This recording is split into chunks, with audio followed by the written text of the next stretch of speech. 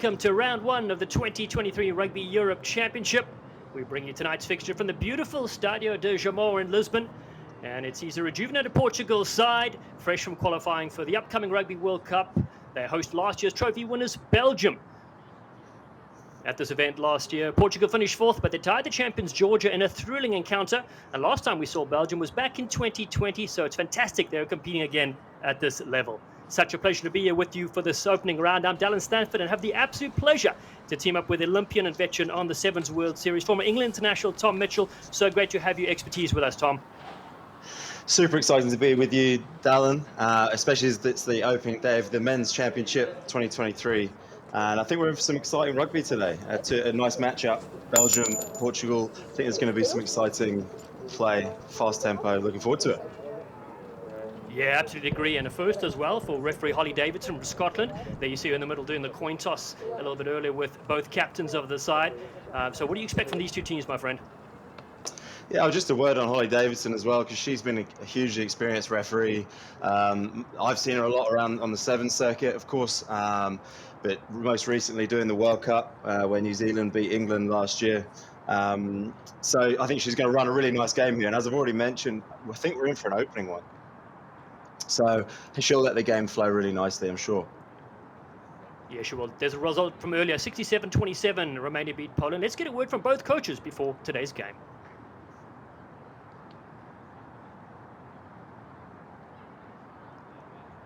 before we get there, you can see Pool B, how it sits over there with that victory for Romania. Portugal and Belgium find themselves as the opponents as well. They'll meet later in February coming up.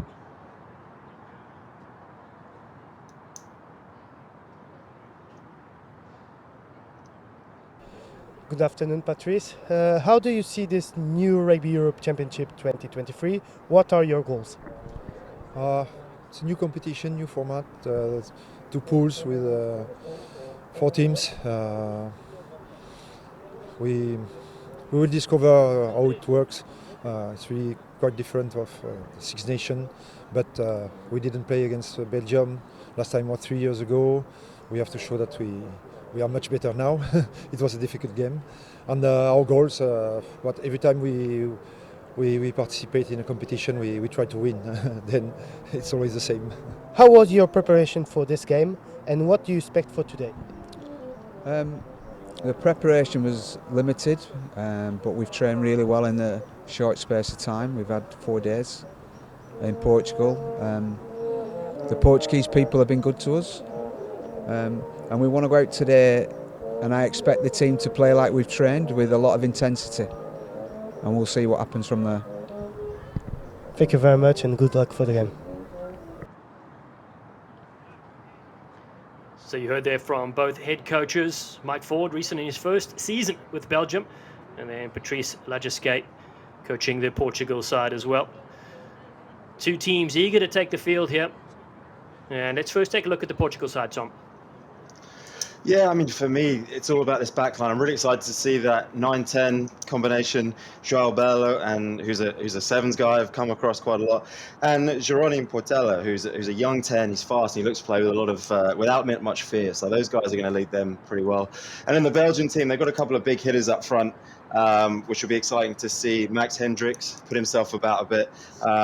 But again, it's in the back line for me with the centre combination between Jens Torfs and Florian Remu, the kind of experienced mixed with the youthful flair in there, I think. Yeah, take a look at the reserves as well. Some new debutants for Portugal. Look at the front row, Santush and Fernandes, and Manuel Cardoso Pinto. He was fantastic in the Rugby World Cup qualifier as well, deadly. Belgium have a couple of live wires too. Victoria Pascrat scored 3 tries in 6 internationals. He'll be certainly one player to watch. So expanded competition this year, 8 nations competing in the 2 pools. And we mentioned Belgium taking a step up here, this beautiful ground. Georgians, of course, favourites, winning the last 3 events. They've won 14 of their last 15 games, but 1 draw, and that was against Portugal. And it's so great to see their side back in the top ranking and Belgium back in this competition. The local fans enjoying professional rugby. There's the club side, Lusatanush, playing nearby in the Rugby Europe Super Cup. They were finalists in 2021. Knocked out at home here against the Tel Aviv Heat. As the sides gear up to take the field in just a few moments.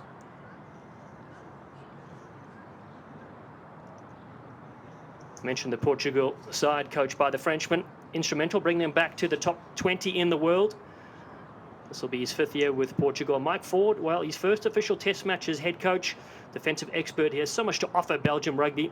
Currently ranked 26 in the world.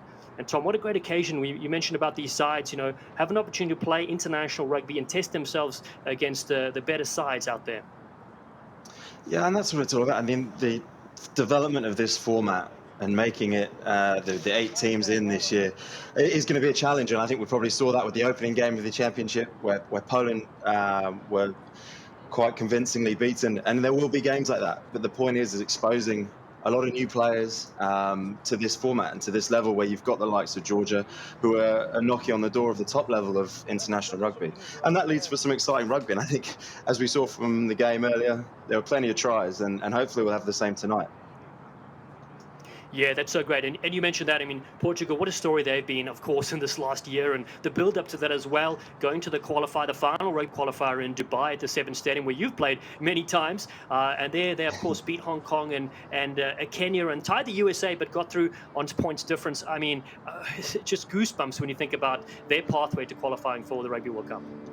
Oh, it was an unbelievable story again. I mean, one of many going into the World Cup, I'm sure. But it'll be really interesting to see how those guys are able to come, because it's the first time they've played since that excitement and the kind of emotional ups and downs of that journey.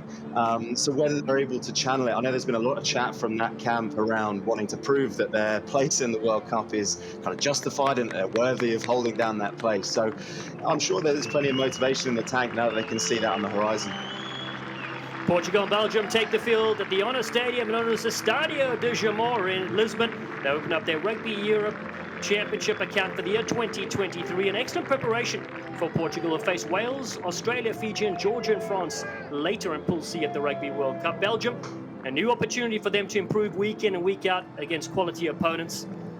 In this year's championship, the top 2 sides from each pool will advance to the semi-finals. The other 4 nations competing for final rankings. And the first time ever a grand final. We'll see everybody play on March 19th as we crown our champions. No relegation for the next 2 seasons, so teams can sink their teeth into this camp.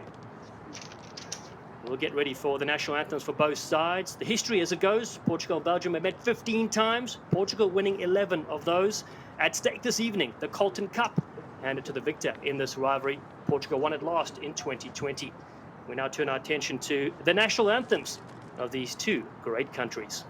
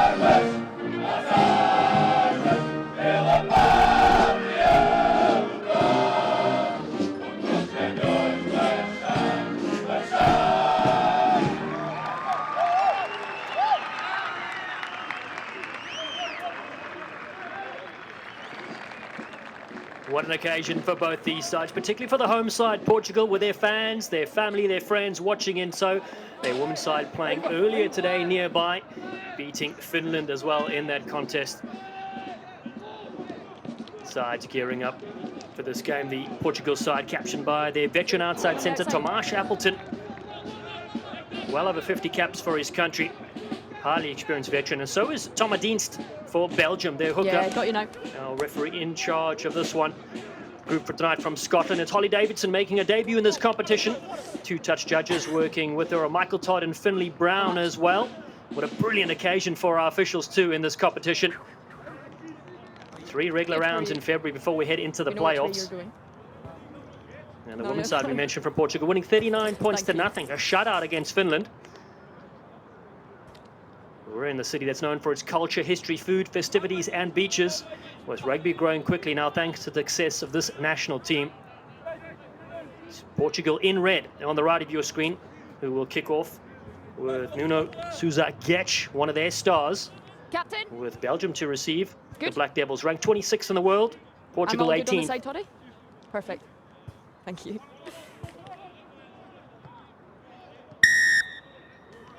Welcome to round 1 of the 2023 Rugby Europe Championship as Portugal hosts Belgium at Estadio de Jamor in their capital city, Lisbon. The contest has been as tight as a boxer's glove over the past decade, with Portugal winning by just 6 points in their last meeting. That was way back in 2020, some 3 years ago. Great to have your company wherever you're watching this game. Sport TV here in Portugal, Sport All in France, Flow Sports in North America, or Rugby Europe TV. Play on, I'm Dylan Stanford with Tom Mitchell, Olympian in. It's first possession here, being kicked down, and Portugal look to scramble with this one. And it's good exit strategy there from Belgium to start things off, Tom. Yeah, it's the right idea. They look pretty composed setting it up. Kick a little short. I don't know if he was disrupted on the way off with that box kick, but put themselves under a bit of pressure and see if Portugal launching an attack quickly off the line out, setting up, looking to go quickly here. Good, quick. Yeah, they do. The dummy through the middle. Great bit of play there from João Belo. Such a live wire little scrum off. The ball's been lost, though, in the contact. Okay, Belgium no advantage, you're playing on look the to ground, pick but this it's one not up with some forward strong by defense there. But what a nice take as well from José Rebel Andrade. They lock forward, and the scrum off Belo. You mentioned him early on in the build-up. Yeah. Nice little break to start things off. Yeah, he's quick. He's got real good acceleration, good wheels, and he's a pretty strong kind of nuggety little nine. So if he gets a sniff of a gap, he'll go for it, he'll take it, and could have done with holding onto that one, but signs early on of kind of his intent that he wants to put some pace onto the game for sure. First scrum in this contest.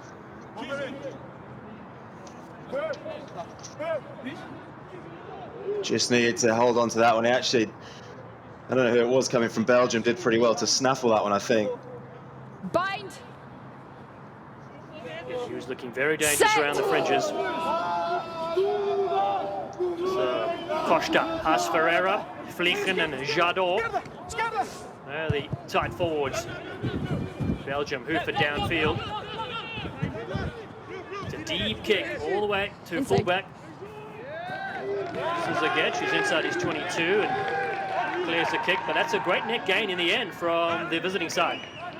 Thanks, Toddy. Yeah, that's the thing. If you can clear your, what people say, clearing their lines, but actually they kicked for space. They hit grass with that kick, pushed Zagec all the way back, and he's a really dangerous runner. He's going to want to get his footwork going, but he opted to kick, and it gives Belgium a pretty decent platform here into the Portuguese half. And actually in these early exchanges, when you're trying to settle yourself into the game, to a degree, this is what you're after, is just making those little gains up the field to set yourself up. The Belgium line out strong, clean ball. They go in the midfield, a little stab over the top. It's excellent, it's worked really well. And they've studied this Portuguese defense and saw a bit of space in the back plate. Getting to there quickly is Julian Berger. And now the forwards go to work. Big, strong tackle coming in as their halfback. Berger looks for a bit of movement in midfield. They fly off Henri Decan, the 22-year-old. Not much happening there, but a nice little stab they put in earlier. Use it. In the first 5 minutes of this game, they keep it through the hands. Guillaume Mortier, the 25-year-old, plays his rugby in France, gets it away, and they keep moving down that left-hand side. Maxime Jadot getting heavily involved, as is the captain, Dienst. He's a veteran, 35 years of age. And Chris Baudry comes flying in. He's a massive human. And it's good possession so far. They keep it tidy to the Belgium team. See if they can expose a weak shoulder, but nothing there as Portugal come up in a red wave. Driven them back towards the halfway line now. Not yet. So shaping up for a boot downfield from Julian Berger. Outside. And it's well taken. Now outside the 22 from Nuno Zagec. 50-22. He fires it downfield, and it's a great kick towards that angled touchline. Very difficult to work with there for Jordan Gott, the fullback. Man that has played some rugby with you back in the day as well, I believe, Tom. Yeah, Jordan Gott's name popped up on the team sheet, and I had no idea he was in the setup, to be honest, because he was, I played a bit of sevens with him back in the day. He's a lot younger than me. He was a teenager, but he had really good feet, really exciting player, so I'm excited to see what he'll do tonight in his first game for Belgium. They go back to the inside to Portugal. Great ball to Marta, Rodrigo Marta. sniping run from the wing three-quarter, but it's still there as they pick it up and go for the line. Vincent Pinto has the first say inside the opening 5 minutes, and it's Portugal, Os Lobos, that get on the board first and start off their campaign on the right foot. There's a huge amount of space around the midfield there. Not quite sure what was going on with the Belgian defence, but that looked pretty straightforward for Portugal. They probably should have capitalised off the initial break and put it away, but they got a second shot at it, and there was a pretty easy run through in the end for Vincent Pinto. Okay, no problem. It's a good fend, actually. They almost mess it up. Could have gone to hand, but the scrambling Belgian defence unfortunately doesn't connect and gives an easy run through for the score. It's you'd hope for Belgium. I'm sure they were coming out hoping that they were going to hold them out for a little bit longer and make a contest of this. With the threats that Portugal have got in the back line, they're going to have to try and lock them down better than that off set piece. Conversion successful as well. It's 7-0 the opening start. Fullback Nuno Sousa Getch that was instrumental getting the play down the field of play. Gets the conversion, and Vincent Pinto has his 5th try for his country and his 9th appearance. Just bringing in those wingers, and so dangerous. Rodrigo Marta. Here's a look at the nice strike as well. Has his country up the full points, maximum points, 7-0. I think we've got to be prepared that the set piece, Portugal had a huge amount of time together compared to what Belgium have had, and that could be a point of difference. Yeah, you're absolutely right with that. Makes the world of difference. It's a nice left-footed kick down the field of play. Not out, though. Belgium have an opportunity here to step with their fullback, Jordan Gott, the 27-year-old on debut. He's first international for his country. Down to the right, they look to work and smashing.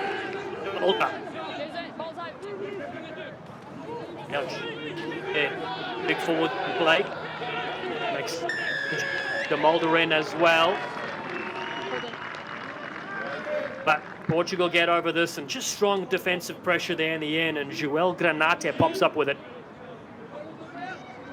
So what I liked from the opening few minutes from Belgium was that they looked like they were going to try and play the little chip over the top. They tried to play out the back, and they're a little bit flat. Because unfortunately, I think if they're going to try and muscle it up against a pretty organised Portuguese defence, or very organised Portuguese defence, who are used to playing with each other, they're going to expose themselves to those sorts of turnovers.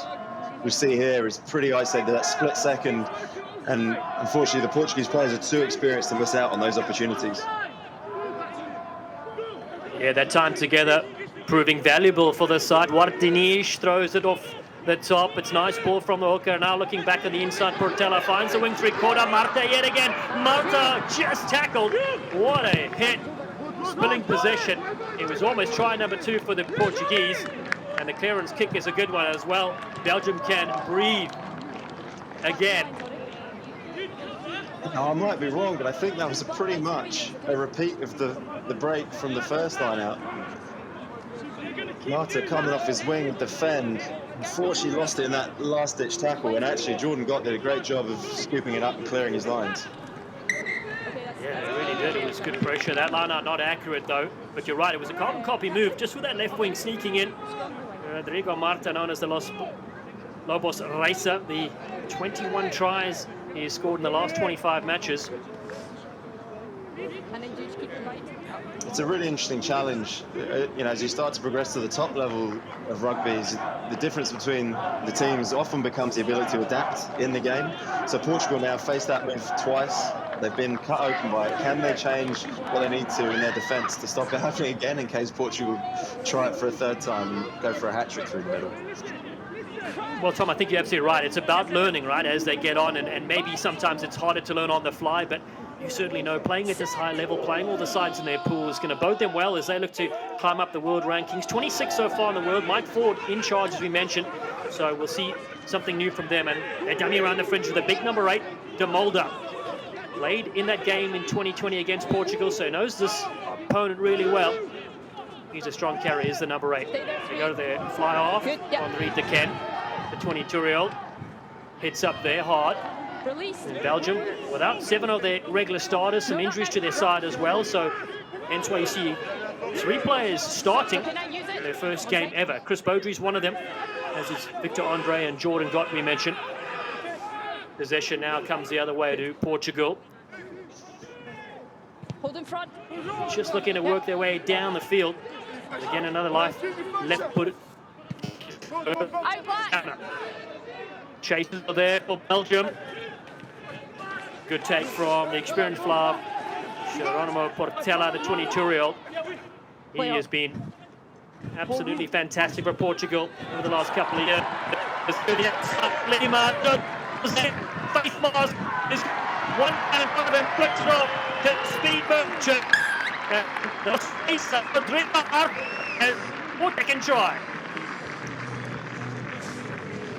Little bit too leaky, that defence from me. Nah, not for me. I think it was Lima managed to just get a fend and sneak through on this near side. And then it was just a straightforward put away for the winger.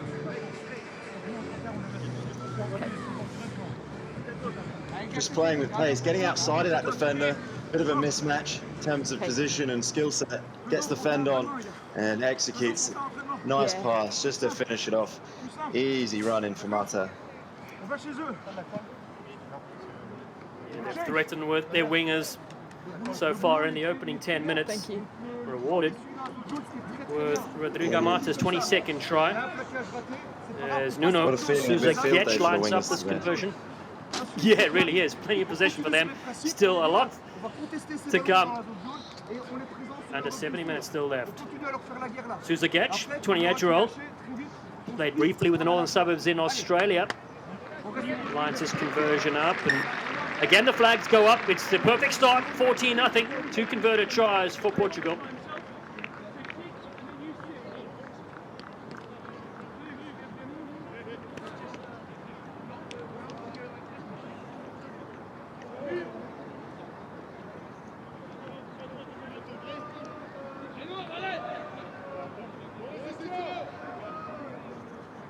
Belgium played in this competition in 2020.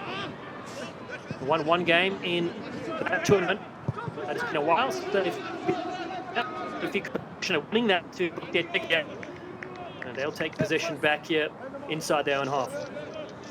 Yeah, it's interesting. Belgium, kind of new to the competition this year, but I get the feeling coming out of the camp, having spoken to a couple of people in and around it, that the expectations are really high. I think with Mike Ford coming in, obviously they've got real intentions to drive the standards and drive their performances. So they won't be taking any of this lightly. They'll certainly want to put down a bit of a marker in this opening game. So they've got a bit of work to do here, though. Good contest. Yeah, they go to the front of the line out. Yes, Knight, use it. Strength, play on. Keep it tight.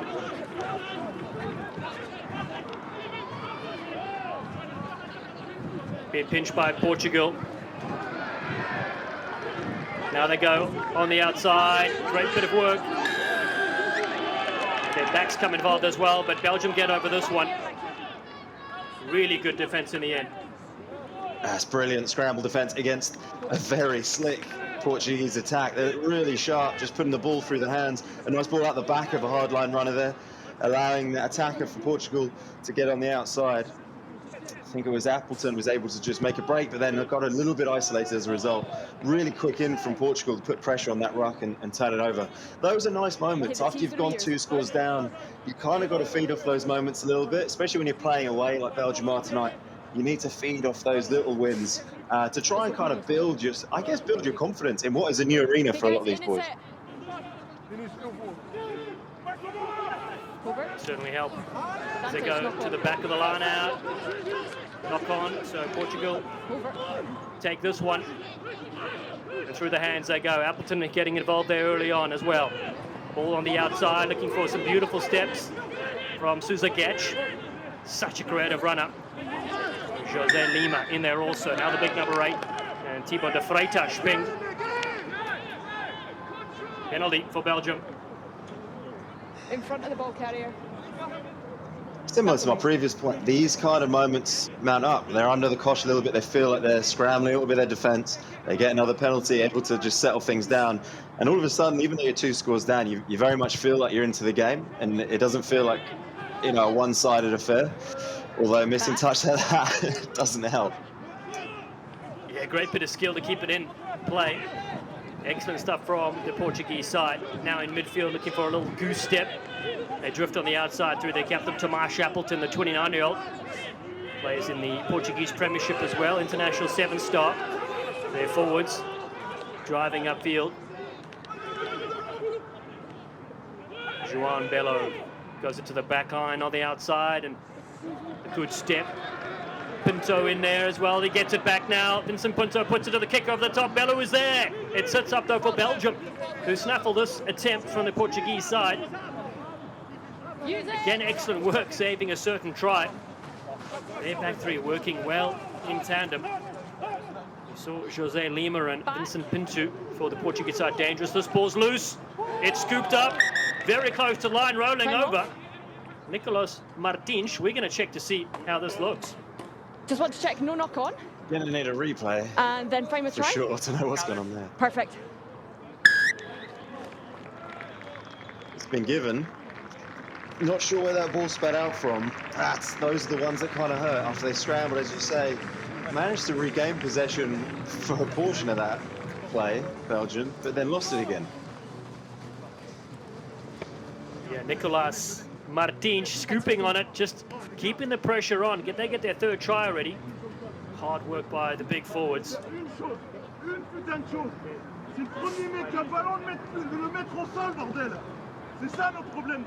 Yeah, just inaccurate from Belgium there. Like we said, first play, I think, of the match, how organised they were at setting up for the clearance kick. That looked a little bit frantic, a little bit inaccurate. Perhaps a sign of not having run it that many times in training. Frustrating ones, those. Conceding tries like that, it's frustrating. And just as they were probably starting to make the game a little bit more evenly matched, they've coughed up a bit of a cheap one there. That said, it was off the back of a wonderful attack originally from Portugal, who look incredibly sharp out wide. Their outside backs are pretty hot tonight.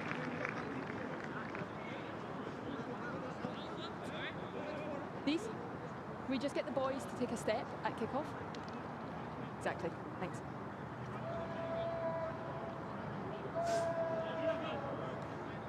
Merci.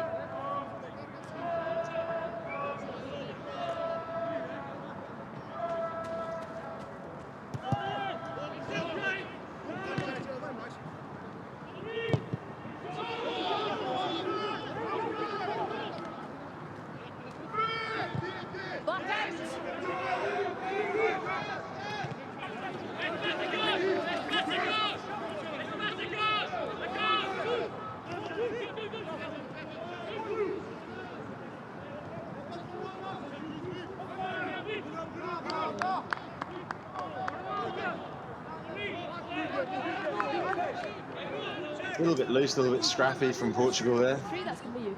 Thank you. They'll be keen to make sure they keep on the standard that they've set for themselves coming into this championship off the back of the qualification at the end of last year. They'll be keen to show what they're about, and they've got some very real practical things to be building on as well as they look ahead to the World Cup, where they'll want to make a statement. Yeah, they will. Great ball indeed. They look back to their fly to put it downfield. Good kicking game that they blend with running as well, this Portuguese side. And it comes back to them now.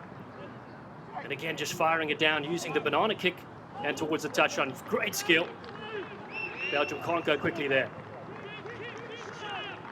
I got to say, I love watching Sousa Getch. He's having played against him in sevens and watched him. He played in the Sevens World Cup last year alongside playing for the 15s team in the qualifier, and he's a wonderful, silky player. He's got the skill set, he's got the footwork, he's got a wonderful kicking game as well, as he demonstrated there with the banana kick, which is a high-risk skill, but not if you can execute it like that, I guess. Yeah, it really is beautiful to watch. Oh, the charge down now comes in as well from Portugal. Belgium scoop this one up.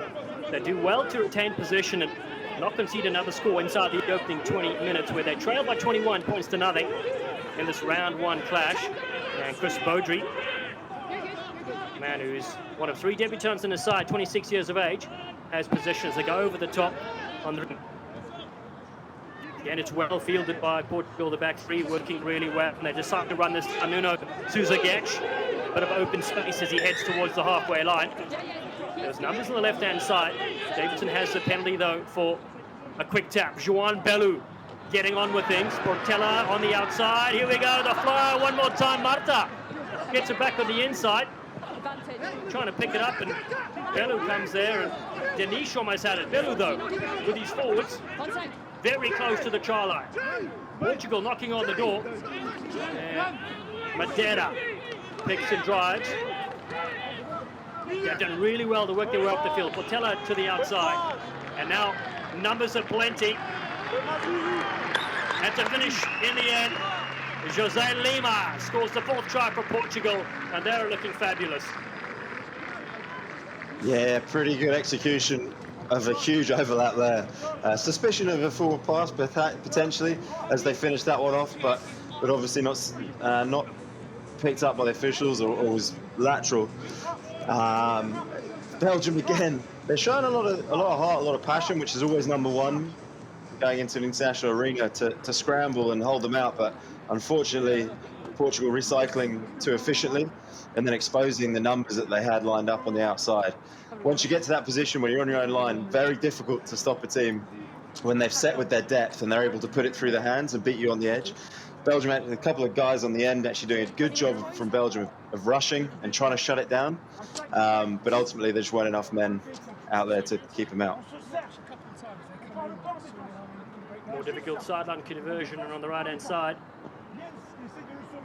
We'd back him to get it though. Nuno. Absolutely, the skill we've seen so far from this player. What a talent. Again, a nice strike. Not successful this time, 26-0.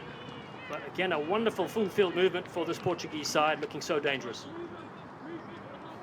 Yeah, what I like as well about that is that they're clearly not here to just go through the motions and, slow the game down. They ended up scoring off what was a quick tap further up the field. So they're still showing the intent to play, and I think that's what I've been coming into this championship. Different teams have different aims, and whether that's to develop players or to just push the overall standard. And Portugal have certainly come to put some scores on today. They get their 4th so far in this game, past the halfway point of the first half, and Belgium make a mistake, unfortunately there for their flyer for Henrique de Ken. 22-year-old puts it down and gives away more possession. Yeah, it's kind of the last thing you want. I've actually finding a little bit frustrated watching Belgium with their kickoffs at the moment. I don't know what their aim is, whether it's their tactics or whether it's just the execution of the kick at the moment. But they're really not giving Portugal a very hard time off these kickoffs. So they've just conceded. It's an opportunity to get back in the game, and yet the kickoffs are going pretty easily to a Portuguese kicker who's just sending it straight back under no pressure. You'd like to see a bit of height on the kickoff, maybe even try a short one to regain the ball. But at the moment, they're just gifting Portugal the ball to say, right, just clear your lines. They're loving every opportunity to attack with this Portuguese side. Finished 4th last year in this competition, 3rd in 2021. Looking to go better in this year's competition. Bellu, short ball for his captain, Tomas Appleton. Again, the back line looking to go to work. Appleton, the most experienced player in the squad, 2 seasons in England as well, the Darlington Modern Club. Now the forwards string the phases together as Belgium come flying up with that outside-in defense. Again, it's that man Appleton. Much better width on the Belgian defence there to shut it down. If they're going to do that outside in, they need to have that width to do it. Yeah, you can see them pushing really hard here, but Portugal now have a bit of space trying to create a 2-on-1 on the outside. Not able to hold Rodrigo Marta, so they'll come back, and Belgium do really well. Playing out of defense because more forward, of course, coming from rugby league, really brings something different to this outfit. Okay, time off. We've got someone down in. Yeah, there's usually a degree of abrasive quality that comes with that, which lends itself really nicely, but also just the ability to handle the ball. So it'd be nice to see that skill set coming out. See how time is off for your injury? Yeah. The clock is great. Perfect. Yeah, just looking for a bit of help here. A couple of players took some knocks. Mike Ford, you mentioned joining Belgium earlier this year, Rugby League International. Coached a lot, of course, in Union, all over the UK. Spent season in France with Toulon and then in Dallas with the USA. I know you played for the LA Guiltinis there. Well, he was set to coach the Dallas side. They joined a year or two later, so he wasn't able to get any coaching there. Now he finds himself here in Europe. Time on. Yeah. Good scrum so far, guys. Let's keep it that standard. Yeah, he's not had a huge amount of time with the team, so your ability as a coach to have your impact is limited. The amount of time he's been there. So, what we're seeing tonight, whether that's what we'll see from Belgium in games to come in the championship, even, but certainly in weeks and months to come, it is questionable. He's probably got certain ideas about what he wants to do with this team. So I imagine tonight he's gone out and he wants the players to express themselves, to work hard, and they'll be wanting to impress a new coach. That's something that never leaves you as a player. They're fighting for selection, fighting for places, and this is an opportunity to deliver on that. Set! Yeah, it really is. They have one professional side in Belgium known as the Brussels Devils, playing in the Rugby Europe Super Cup. So good to see some of those players playing together. Julien Berger gets it away to his fly after Ken. The nice back play here to the scrum off, looping around. They keep it away in the hands. Good bit of work here for Remieux. And Jens Torfs also involved heavily for this Belgium backline. Forwards linking really well. Tom Zachner in there also. One of the players with the Brussels Devils side. Slow ball as Portugal look to get involved, and they have forced a turnover. Belgium looking promising, though, looking wide as well with their backline. Yeah, signs off that scrum that they can play, and we've not really had the chance to see that yet. They had a good platform off the scrum, little run around play. If you see on 9, hit the first runner and then got it back, and then was able to play out the back. There was a nice, and out the back kind of sunny build from Jordan Gott as well. So they've got some flair, they've got some intent to play, and I'd love to see more of that, because I think that's where they'll get change against Portugal. That's where they'll start to stretch them. I feel like where they're struggling at the moment is with the forwards running up against a set D, an experienced D from Portugal, and they're going to tackle Jackal and turn the ball over or hold them up like they did there. Like the creativity from the Belgium side. You saw the fans here at the Stadio de Jamor, opened in 1944, renovated in 2012. Across the years, they've had many soccer games here, the Portugal national side, and even hosting the European Cup final in 1967. Right now, though, their national rugby side up 26-0 against Belgium in round 1 of the Rugby Europe Championship for 2023. Featuring 8 teams this year in expanded competition. Portugal, Lobos, with Bellew downfield. Sousa Getch drives his kick deep to the Belgian fullback. Gott goes to the air, chasing as well with his left winger, Dazzy Cornet. But it's a great take in the air. Sousa Getch, the 28-year-old, has got all the skills on display, as we saw him in the final Rugby World Cup qualifier as well. Crossfield to the live wire toward Denish. Plays with the Lusa Tanouche side. He's well handled, though. Quick ball for Belgium, looking to get on with things. They spot a bit of space as they look to drive back Marta for Portugal. He's under pressure, so he looks to dance around the outside. Shapes up to kick a couple of times and then moves it to the hand. Appleton is there in support. The captain and inside centre takes them out of the 22. Thibaut de Freitas provides support. Man was born and raised in France with Portuguese parents. A handful of these players playing professionally in France will host the next Rugby World Cup, September, October later this year. Belgium for their counter. Big jump step. The red wave is equal to the task. Use it. Heavily involved again, Maxime Jadot, 31-year-old, has been all over the park. Excellent in the set piece as well. Last playing in 2020 against Poland, so great to see this international take place with opportunities for all these players. Again, a bit too deep on the kick. Gives a chance here for Nuno Sousa Getch to claim things for his side. Bellew, just with a scrum knock on, with the left foot downfield. Nice kick for Portela. Long passage of play, this. Yeah, stay there. As the aerial ping pong keeps going. This one just straight down the middle. Bellew puts it backwards. He fires a kick over the top. Now Belgium look to attack on that far side to open things up. Big, strong tackle. Not out. Remu comes in as well as You run De 5 Kernik metres, it puts him on. for this Belgium side. Short ball and a big hit. Back. Bruno Vliegen hit hard. So no real option there. Julien Berger kicks to go deep yet again. The magic feet into play with a good left-footed step. Getch has been held, and Belgium get this one over the top. The defense holds strong after a long aerial battle. He stayed still, and then you ran 5 metres, which puts him onside. De Mulder in there managed to just snaffle Getch, which is no easy task.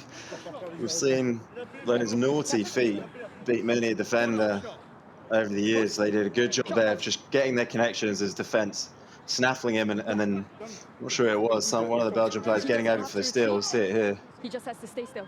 The only time he has to go back is if it's in the 10 circle. Maybe fortunate looking at those pictures that he didn't get pinged. His hands looked like they were on the floor, and perhaps he wasn't supporting his own weight. You must be supporting your weight if you're going to jackal the ball. You've got to get on the ball, and all your weight needs to be going through your feet, essentially. You can't be putting your weight through your hands on the grass. You're liable to get pinged, but probably got away with that one, I think. The end result is an opportunity here to get their first points on the board through a penalty kick. Down by 26 points. 4 tries already scored here from the Portuguese side, but the half-an-hour mark, Belgium with a strike from the left-hand side. Here at the Stadio de Jamor Stadium, it's a nice high kick.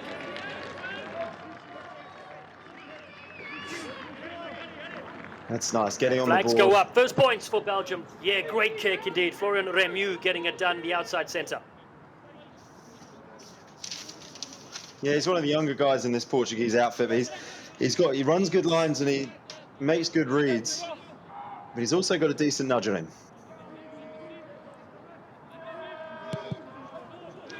The 20-year-old has the opening points for Belgium here past the half-an-hour mark in this round 1 fixture.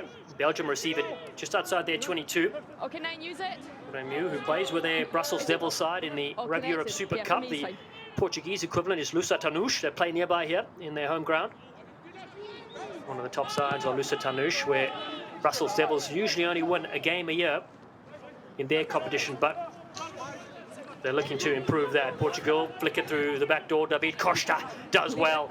And now heavily involved here is De Freitas, which ball just rarely goes to the ground.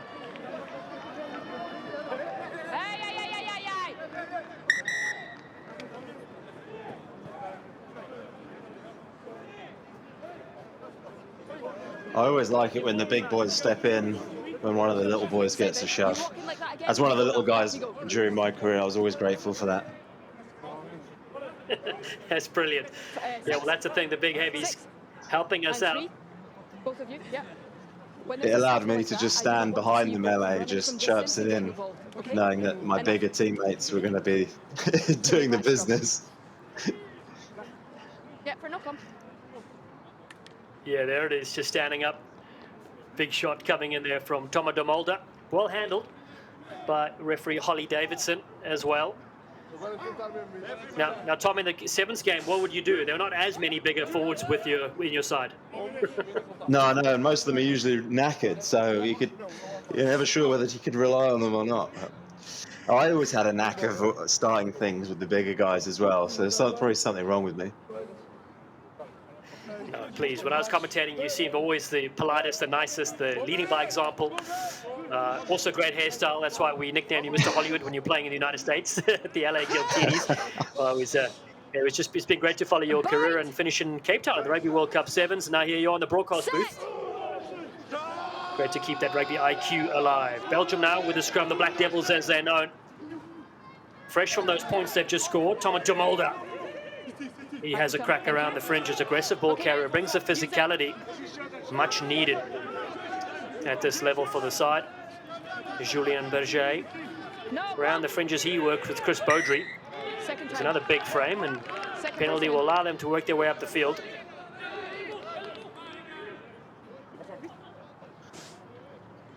Kind of feels that this has settled into more of an even contest in the last kind of 10 minutes or so.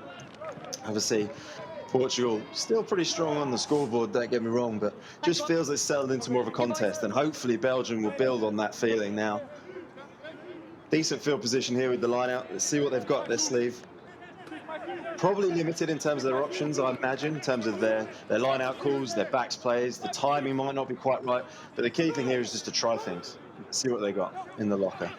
Their captain goes over the top, does Thomas Dienst, and Nach an advantage, they hack it through, and they're able to get the ball back here. But yeah, you mentioned that Portugal scored their 4 tries in the opening 20 minutes, have not scored since, and Belgium have got, a lone penalty on the board. So you're right, they'll take confidence in at least the last 14 or 15 minutes or so with more possession right now.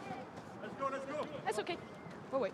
And interesting in terms of framing the challenge for Portugal. You don't want to take the result of this game out of it too soon, of course. But there's an interesting mental challenge about their ability to stick to task, whatever that is, whatever they've talked about pre-game, tactically, and in terms of the attitude they want to show. When the game kind of ebbs and flows over the 80 minutes, they'll be looking back and reviewing on these sorts of periods where it's not gone all their way, they've not had the flow of tries, and they've not got a score on the board. So, these are learning points for them when they reflect on it. Yeah, I saw Tomasz Appleton, their captain, speaking, and he said, the competition is a great challenge. He said, prove like that. We've fight for the World Cup, but they don't want to take any game for granted. It's an opportunity for them to get better as they look to build up to that marquee event. And here they are, big scrum time down to the ground, and it's Belgium that have advantage, and Berger moves it away.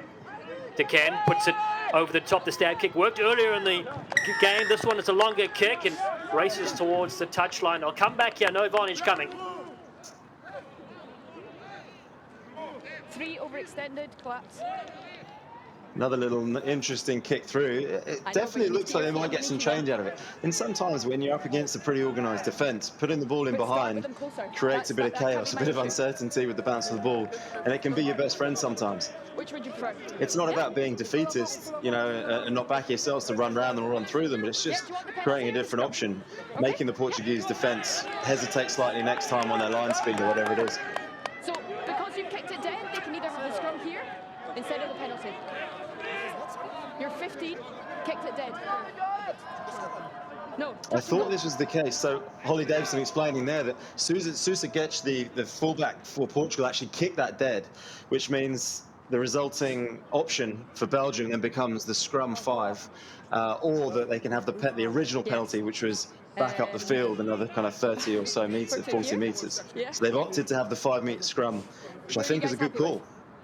Here? Okay. Yeah, it's a great call and great officiating as well from Holly Davidson as well, giving Belgium an option there. Thomas Dienst, their captain, jumping at the 5-metre scrum.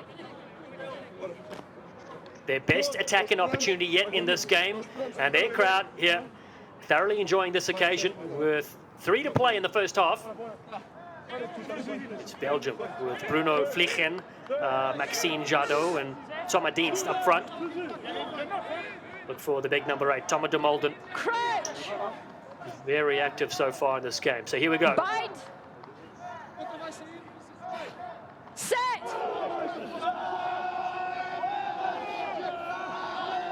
Use it. Julien Berger told to use it. Whips it out to his back line as they crash with the midfield. Jens Torfs. Looping around now, Baudry. Big drive from him. Back to the left-hand side where the pack was set. It's a nice ball over the top of the corner, reaching for the line there. What a score! That is outstanding from this Belgium outfit. They whip it wide. The timing was right. And they have their first try in this competition. A brilliant bit of effort as they scorch in the corner. I was desperate to see where they were going to go off that scrum. I thought that I saw in de Molder's eyes he was hungry for the pick and go, but either the ball didn't come for him or it was a set play. They went to one of their main men, Jens Torfs, who crashed it up nicely, went around the corner one way and then back down the short side. It was a lovely pass over the top here. Just floats it just enough. And a great take, to be fair, to stop it going to touch, gathered it in, and over for the score. Victor Andre getting his name in the record books Yeah, wearing the clock is 14, actually just popping up on the 38-48. left-hand side. Yeah, What that a one doesn't brilliant stop. score on debut I'm for good, thanks though. the young winger. Gives his centre now, Florian Remieux, an opportunity to add the extra 2. You mentioned just the momentum, how it has swung after the first 20 minutes. And Belgium have clawed their way back into this game, scoring the last 8 points. Now with Remieux to see if he can make that 10 just before the half-time whistle. He's a good striker of the ball. Yeah. And the Belgium fans like it, the Belgium crowd like it, Remieux like it. It's 26 points to 10. Yeah. And a purple patch So for this Belgium side. four asked if he's connected, but I would agree on the box. It's suddenly a bit more of a game than it was in the first 20.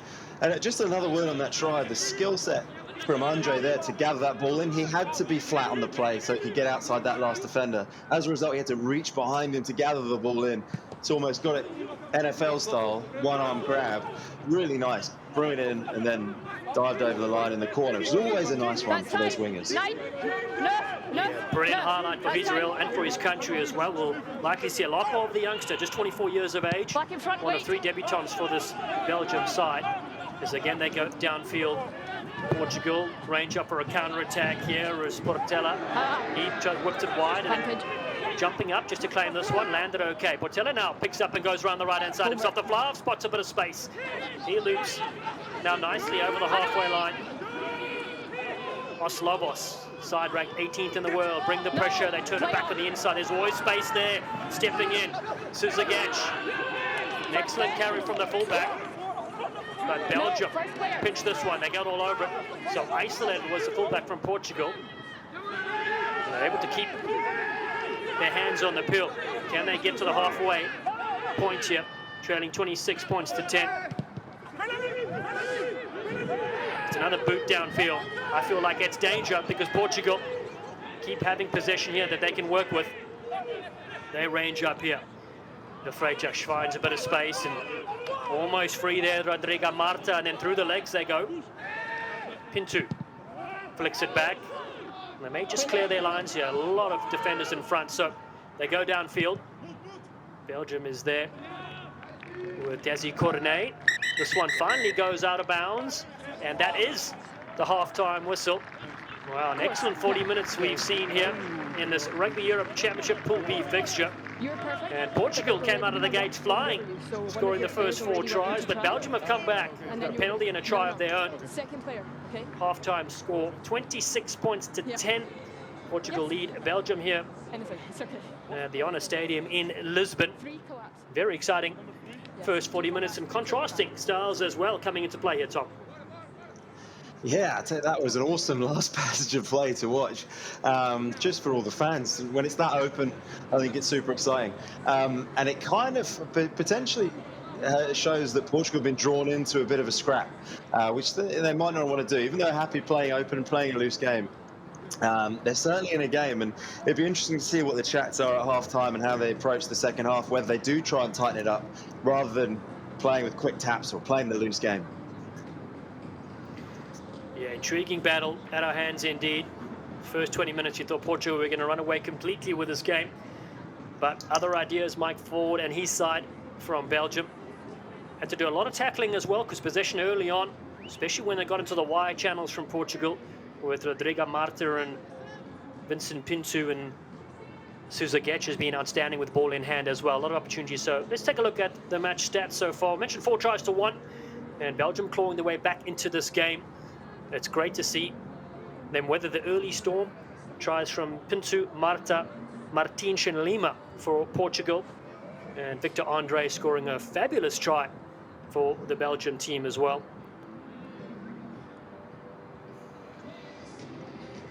It seems like there's going to be no shortage of tries in this competition if the first game of today and then this one already is delivering a lot for the fans, and that's exactly what we kind of want. A lot of these games are going to be about growing the game, whether that's to slightly new audiences or in the countries where there's an established tradition of the sport, but they're looking to just grow that. And that's one of the things that Portugal is certainly keen to do.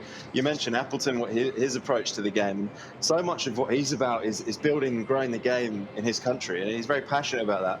And that'll be driving a lot of these guys on. And in order to do that, you've got to have exciting games of rugby. And so far, we've got one here. Yeah, you're so right. He did. He said the young kids, they need a national team they can aspire to play for. And again, there's no better place than eventually the Rugby World Cup. But before you get there, you need to make sure you're ready and primed. And having home games like this in the Rugby Europe Championship is excellent. I do love that it's expanded to 8 sides, giving more countries an opportunity to come good. Yeah, let's take a look. Talk us through these first off highlights, Tom. Yeah, it was kind of a bit of a flavour of Portugal starting the game incredibly lively, kind of making breaks pretty easily, whether that was through the inside or straight off the line out. Belgium actually, to their credit, doing a good job of scrambling a couple of times, but still, Portugal scoring fairly freely in those opening 20 minutes. 2 identical moves as we picked up live. They're playing that ball back inside. They've actually done that a little bit in open play as well, playing that ball back inside off the first or second receiver to the winger.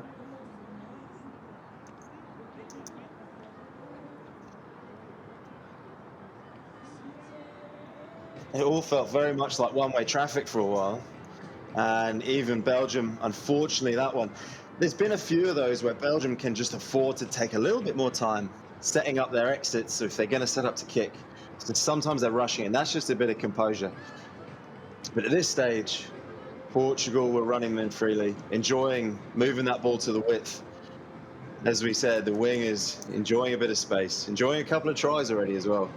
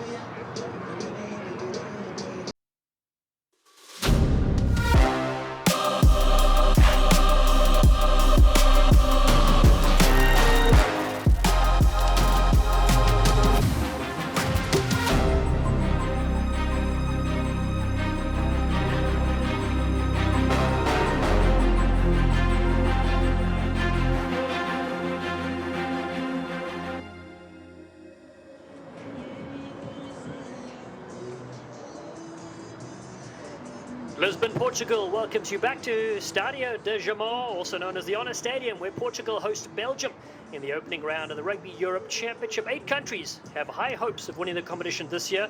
Results from earlier: Romania beat Poland 67-27, and the current game right now, Portugal leading Belgium 26 points to 10.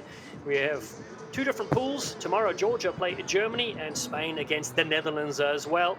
3 weekends in February to contest the group stages before we have the knockouts as well. Many of tonight's players play in France professionally, but professional rugby is alive and well as well through the Rugby Europe Super Cup. The Brussels Devils playing in Belgium and Lusitanois here in Portugal, as their fans have come out to watch them on display here. It's one of the reasons why there's such great chemistry from the side, including Portugal in the first 20 minutes and then Belgium coming back here. Tom, your thoughts on that first half, and what do you expect we think these sides will bring here in the second period coming up? Well, in some ways, it probably went as we might have feared, in terms of Portugal having the run of the place for the first kind of 25, 30 minutes or so. But the last 10 of the half, the last 15 minutes of the half was very different. It felt like a much tighter game. I think Belgium could really help themselves in a couple of small areas. I talked about the kickoff already. Utilise that as an opportunity to put more pressure on Portugal. Equally, when they're clearing their own lines and they're going to kick, take their time a little bit more composure there.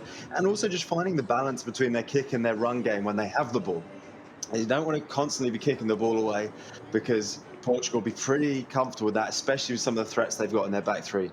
So just understanding how they can really build themselves into the game in the second half by running the ball as well.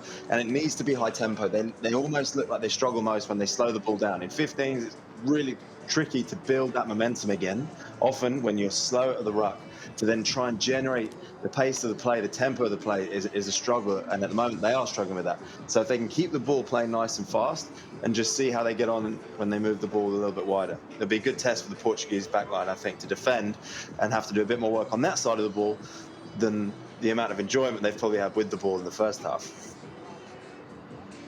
Yeah, intriguing second half awaits us, this Portuguese side. Of course, we mentioned fresh for qualifying in the Rugby World Cup 2023. They play Wales in their opening game, September 16 in Nice. And then European rivals, Georgia, they meet in Toulouse in September as well. That'll be very interesting because Georgia take part in this competition as well. Then they face Australia, the Wallabies, before taking on Fiji also as well. And this Portuguese side, well, they've been 16th in the world, was back in 2005. They dropped to 30th, but they're back now into the top 20. Thanks to that man in picture, the Frenchman, their head coach, Patrice Lagesquet, former winger from France with 46 caps, nicknamed the Bayonne Express. He's been with Portugal since 2019, and Luis Pisacha also helps their forwards. He coaches with the Lusitanush in the Super Cup, won the former Portuguese player as well. There's their side gear up here with José Rebel Andrade, plays in the Portuguese Premiership. Remember, a lot of these players playing, we said, professionally in France as well. And the Belgium side, well, they have one team competes in the Super Cup, the Brussels Devils, which really helps their chemistry to get here. They won the Rugby Europe Trophy in 2022, promoted to the Championship. Now they're playing here on the big stage against Portugal, back after being in this competition in 2020. Mentioned a brilliant occasion, of course, for the players, the officials as well. Holly Davidson done really well in the first half on debut. And of course, the family and friends. And Tom, how important is it having your family come and watch you? You mentioned the young kids and young boys and girls who now have something to aim at. They're out here and they really come to support their country. Yeah, it was something we used to talk about a lot. When I was playing with England, we got the chance to play at Twickenham, which was rare. It was once a season, and it was extra special. And these guys don't get to do it a whole lot for their national side, so they'll be relishing that. And it adds some fuel to the fire when you come out for these games on. Well, it's probably still. Well, look at Holly Davidson. They're shivering a little bit. It's quite a chilly evening. And the opening round of a tournament, there's going to be a bit of bite to it, but particularly so when you're trying to put on a show for your friends and family. And I'm sure they're loving that first half, but probably enjoying it more when they'd run 26 points in virtually untouched. But it certainly makes for a better spectacle now that we're in an even run of it. Here we go, second half. We're off and running in this Rugby Europe Championship opening weekend for 2023. Second half begins between Portugal and Belgium from the coastal capital of Lisbon. Portugal lead 26-10. Belgium look to receive this one. Ball goes out of bounds there on the right-hand side.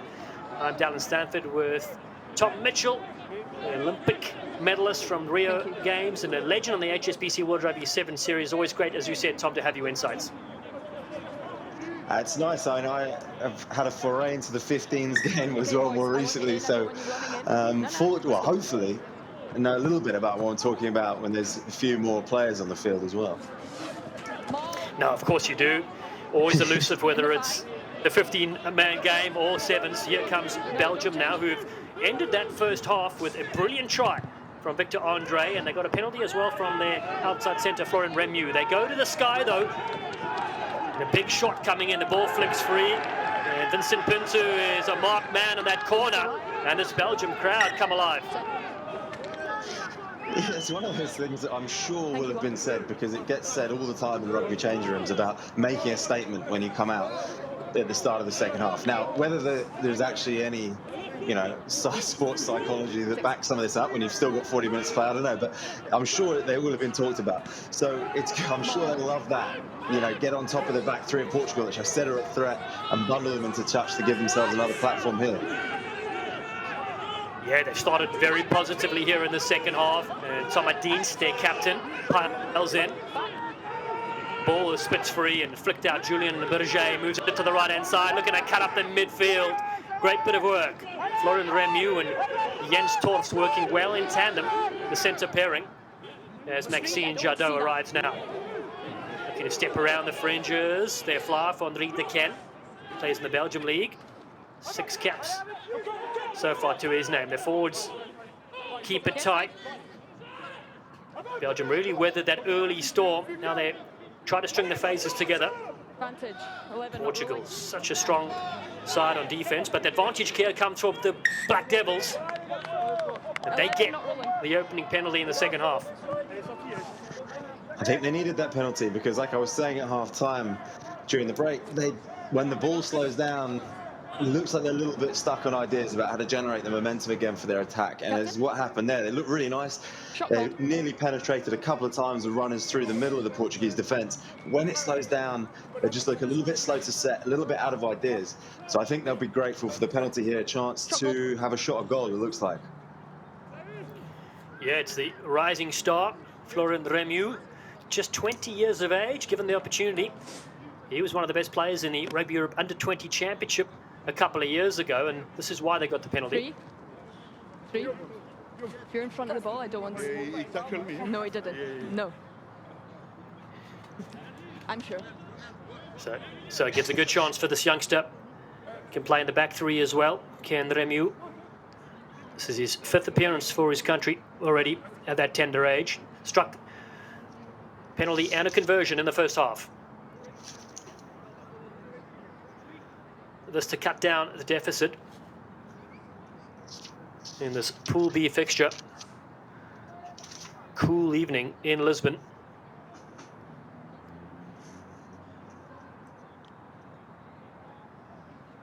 Florian Remu keeps his head down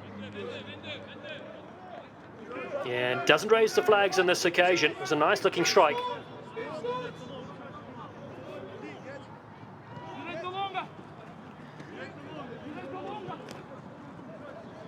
One of the many youngsters on display in this tournament. Yeah. Sorry, Dan, one of the obvious things, but in a game where points aren't going to be on offer all that often, you need to try and take those ones. I'd say for a kicker of his quality, he would have wanted to stop that. Yeah, just a narrow miss for him. They take possession back with Thomas de Mulder, group leader, in their side. 32 caps, highly experienced veteran. Bounces down for Portugal. They cut back in. Portela looking for the fancy footwork. Nuno Suzagach, the 28-year-old, skills of a magician. Involved as well as Rodrigo Marta, one of the exciting players to watch. Scored 10 times already in the French National 1 this season. He's got 1 tonight so far. 1 of 4 tries for the Portugal side. They string it through the back. Portela does well. Suzagach looking for Vincent Pinto. He's part of the rock, play on. Appleton throws a dummy. Belgium came flying up, looking to shut down that wave of red attack. Geronimo Portela again at a standing start. We've got such dangerous players out wide to this Portuguese side. One of them in ball in hand right now. Rodrigo Marta cuts through. Brilliant bit of work. He's beaten 3 or 4. Offloads superbly, and following up it's a scrum off. João Belu. It's a lightning strike in Lisbon, and Portugal score one of their best tries this evening. Yeah, that was nice. Well finished off. I could see it unfolding from the benefit of our view on the camera, because Belgium got pretty tight and ended up in that heavy slide. Hopefully we'll get the shot on the replay of the first. They were on a heavy slide, which led to that missed tackle there. The opportunity for Marta, who's a very strong runner, to get the fend in. A lovely follow-up play. There's a few players from Portugal there sniffing a try. Probably feel like this might be a game where there'll be some in the offing, and people with fresh legs coming out for the second half fancied it. But it was the scrum half, as you should be, ever present as a 9, popping up on the shoulder, ready to finish it off with his 7's pace, of course. Yeah, kick sails over as well from in front. Great bit of work from the scrum half, João Belu. Man, that talks a lot as well on the field, of course. It's a scrum half, why wouldn't he?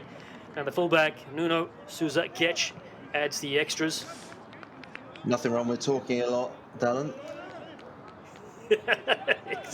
You also were you played everywhere in the back line, I believe, right? And you spoke a lot. Yeah, probably should have done more of the playing, less of the chatting sometimes. 33-10 the score right now. Portugal with that long range try. Fantastic work from them as their coach Patrice Lajesque will look to get some subs, and one of them on the field right now is their replacement scrum off, and it's Pedro Lucas, a very intelligent player. He's wearing 21, replacing the try scorer. As Belgium kick it downfield, looking for the 50-22, not able to get it there as it's well received from Portugal. Outside their 22, Belgium bounce this one up. Inside. So can they get this one back? It's a very, very deep kick. So they've gone for territory, and in fact, it's a nice strike. Thanks, Toddy. Brilliant settling kick there. Really nice distance on it. Maybe a hint of wind behind Belgium now, so if they do want to play down there a little bit, they can. Replacement scrum off goes to the air, does Pedro Lucas, the 22-year-old. Played grassroots rugby for the Technico side. Belgium keep it in hand this time in their midfield. Dummy thrown here. Jens Torfs. Across they work, getting their big heavies involved. De Mulder is there everywhere with that blue headgear of his. Now they go back to put it high. That one not going the distance they want. It's been taken by Portugal, who changed possession as they look to put it through their hands. Jerome Portela gets it a one-handed pass away. Dummy there, and now a no-look pass to Appleton. Here they range. Pinto, support from Nicolas Martins, the 23-year-old who scored in this game already. Big, strong hit coming in on Joel Granate. Portela throws it back in yet again. Penalty in the quick tap from Portugal. They go up, not 10 meters. And again they go straight up the middle. Pedro Lucas looking for support. It's a great ball over the top. It's still there. It's available. The one-handed flick over the line. They go. Skills on display. And Nuno Souza Ketch finishes it off. That was a thrilling bit of rugby from Portugal. That's the second try they've scored this half. In similar fashion, where they were able to just get those final passes, final offloads away. Maybe the risk reverse part of me was thinking just hold on to that and set her up, but they didn't need to. A couple of offloads and they're over for another one pretty early on in this second half, and it's kind of mirroring the first half in that respect. There's work to do for Belgium to come back into it, but a lovely score for Portugal. I love again, obviously when you get a new scrum half comes on, Lucas keen to drive the tempo, just as they had done in the first half. Quick tap and off it goes. A lot of space, nice pass over the top. Excellent running indeed from this Portuguese side, inspired by Lucas, and sails over from the try scorer. Nuno Souza Ketch has them up 40 points to 10 right now. We'll see some replacements for the Belgium side in just a moment, but he finally gets his try, and he's been threatening all day. The whole front row change we expect, and a fly-half replacement as well coming in here for Belgium. Hugo de Frank will get a chance to come on as we take a look at the images of the successful conversion. But you're right, it does mimic the first half where they scored 4 tries, Portugal. Now they scored 2 in the second. And the replacements going off. We saw Bruno Vliegen and Maxime Jadot. So Lucas Soto and Alexi Kufalo. Roma Pant will be coming on in just a moment. Down they go Belgium. 50 minutes gone in this game. Round 1 Rugby Europe Championship contest. Belgium has shown a lot of positives from this game so far, and they go to the air, they stab it over the top towards that far touchline. Portugal read it well and put it to the kick themselves.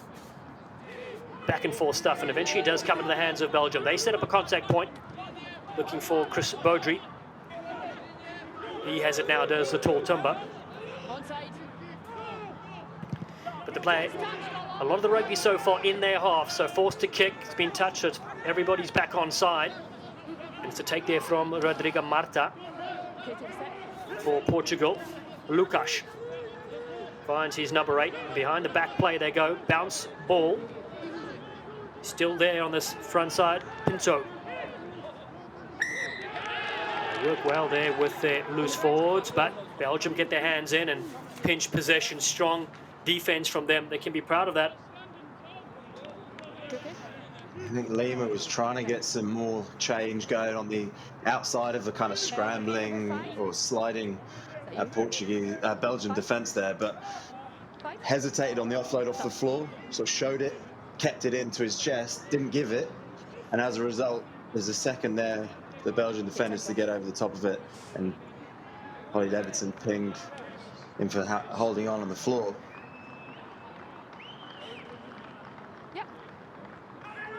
Replacements coming on here, and we saw the front row being replaced, and leaving the field there is big Chris Baudry, who his first taste of international rugby this evening. There's a look at that penalty.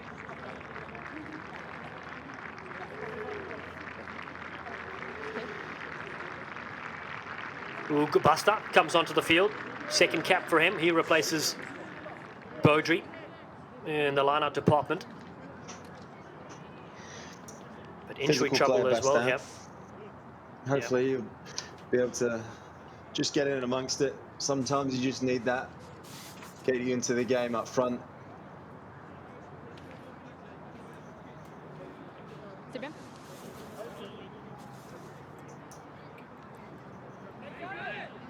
It's an interesting thing as well with Portugal wanting to play fast, quick taps, playing pretty wide, expansive game. I think Belgium won't mind that in terms of how they want to play, but actually they don't have the level of the number of professionals in that side, so whether fitness levels are the same, I don't know. Haven't seen their fitness tests, but it's just a question mark about actually maybe slowing the game down sometimes might suit them.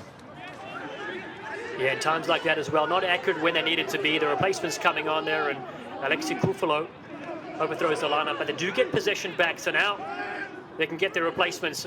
Luca Soto carries as well. Roma Pant in there. To the right, go Belgium, just outside the 22. Good support. They need to keep tight with possession. Julien Berger, the scrum-off, leads the communication skills. Roma Pant waits on the left-hand side. They go the other way, though. Belgium with support from their backline as well. Good hands. They bring it in with De Mulder.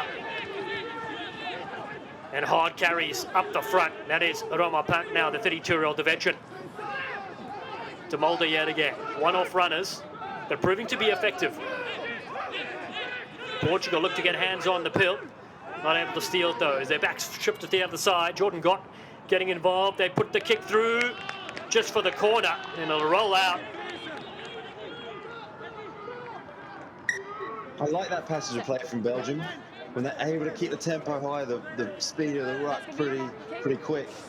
It looks like they're playing some fresh forwards coming on and making dents. And then I would have loved to see that kick stay in. I think it probably was designed to just bobble in, but it rolled out. See if they can keep the pressure on. Yeah, it keeps Portugal here in their 22. They take the line up. First throw there from the replacement, Lionel Camper, 35-year-old man who born and raised in France. He comes on to win his 18th cap for his country, for Portugal.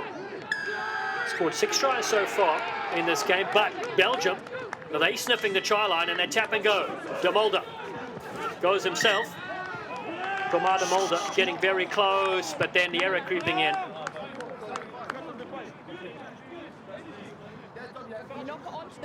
There are kind of two schools here. When you're that close to the line, a lot of people say you settle that down and you compose yourselves and you set something up that's a little bit safer perhaps, but do you know what, this stage of the game and what they're trying to do here, I think the quick tap and having the intent is exactly the right thing. Try and keep that speed of play that they've had so you kind of stay in that groove, but then you've got to hold on to the ball.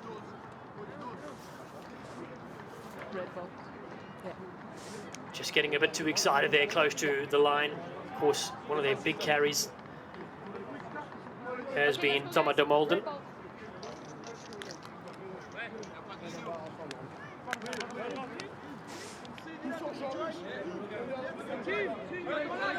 Replacement at half-back, Julien Berger, who will go to the side, and Timothée Riffron, last played against Lithuania in March in 2022, gets his 4th cap.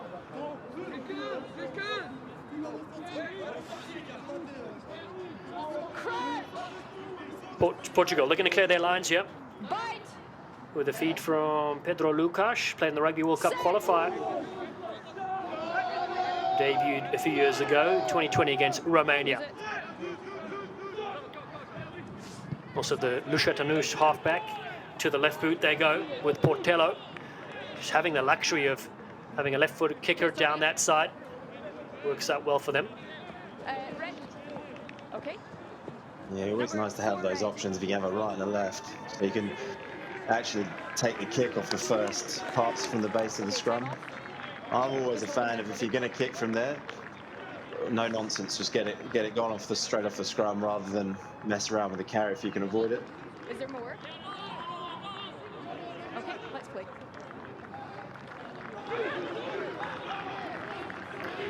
So another successful line-out for Portugal. They go around the fringes. Team Belu on the field as well. He's wearing 19. Across they work through the face. Good hands here to their fullback, Suzagec. He's been stung though, and a good tackle. Such a live wire with Tomasz Appleton in support. He's come through the ranks through the under-20 programs as well. Behind the back plate from their big number 8, De Freitas. Wide ball. José Lima heavily involved. Now they're stepping off the left. Good bit of work there from Marta, leaving Belgian defender in his wake. Portela drifts across field, absorbs a strong tackle with advantage as well for the Portuguese. And there's no advantage. Belgium thought they were way to the races here, but they have to bring it back. And Victor Andre won't have his second. I think he knew already that he wasn't going to get it, but really great example there, Portugal's attack. They've clearly got a tactic against this Belgian defence. You can see from the Belgian defence early on, they're trying to rush, but they're quite narrow with it. So they're trying to take line speed, but they're narrow. Portugal is setting with quite a lot of depth in their attacking line, which allows them to play the ball, a couple of passes, and then get outside of the Belgian defence. It then means the Belgian defenders are having to slide pretty hard, and there's a lot of turned shoulders, which the Portuguese players out wide are having some fun with. Yeah, lots of practice for them. Lionel Camperg, legend in the Federal 1 and National 1 leagues in France. Good line out. Lucas drifts it wide. Portela on the loop, throws a dummy.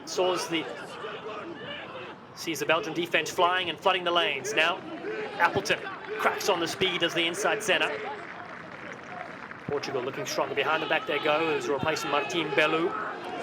Ball almost stripped there out of the hands of Gibel Andrade. Down to the short side, Appleton, good, clean hands as they cut back in. Working there is Vincent Pinto. And now down the fringes they work, catching everybody by surprise. Pedro Lucas springs up at the right time, at the right place, and the replacement has enough gas in the tank. Yeah, classic scrum halves try. Just sniping down the short side. Belgium too slow to set their defence. No one saw him, just picking that from the base. An easy run in the end, a few metres to go down the short side. You can see there's absolutely no one. Someone coming in late to fill in. But they're all folding to the open side, which left an easy run. It's always an easy one to spot as a 9 as well. If you're coming from the open side to a wide ruck, your vision is towards that touchline. So if there's no one standing there, it's a no-brainer. You scoop it and you go.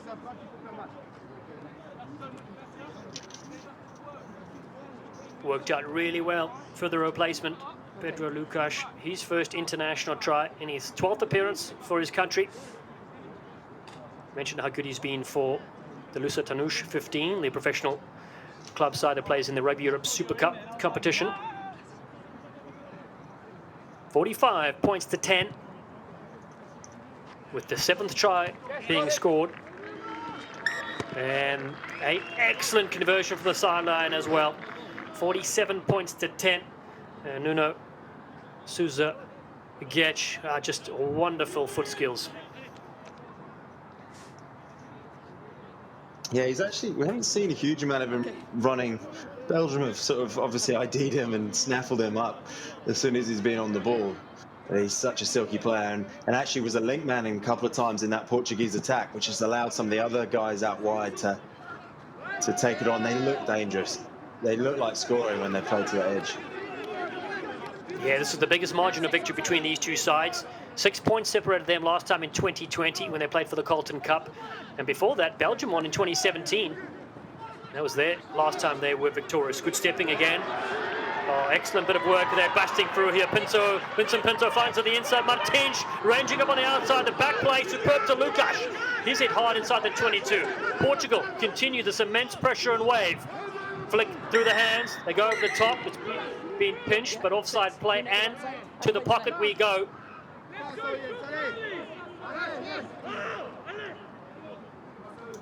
Brilliant break from Pinto. Really nice from Pinto, just gliding through there, and a nice little slow down as he passed the ball to his support player. I think it was Martins who was coming through. Lucas sniffing another one there, I think. That's right. In the meantime, it's Maximilia Hendricks who's been shown a yellow card, so down a player for the next 10 minutes won't do them any good, this Belgium side. Time's off, guys. We're making a substitution. Just hold. Yeah, speaking to a couple of guys in the Belgium camp, I think Hendricks has got a bit of a track record with penalties. He's always liable to give. I mean, your back rows always are, I guess, aren't they? But that's going to be tough for Always the team aggressive. now. Yeah, playing on the edge. Here come Portugal now, driving that ball. Haven't seen this from them all day, but they get over the line and they score the try. It's well worked in the end from Portugal and their forward pack, and it's Leonel Camper that scores his second try for his country. Yeah, really interesting. I mean, not interesting because I like driving mauls necessarily, but interesting that they've been able to score both in terms of their flowing rugby, playing out wide, their backs having a field day, and then they lock it up with the forwards. Set piece, well executed. I think they'll be really pleased with that. Partly because the forwards are good on the board and they'll be making sure the backs know about that, but also because they're demonstrating they can kind of play in a diverse fashion here. And they got firepower across the side. Yeah, such a vital part of the game, particularly when they're playing against sides who are very forward dominated like Georgia. And they score through that occasion, through the replacement hookup. Lined up here from their fullback, Suzagec. Takes his time, he can strike them from anywhere. And it's a mammoth score so far, 54 points to 10, 8 tries to 1. In this game, Portugal will get the bonus point here by scoring 3 or more tries more than their opponents so far if they keep this going.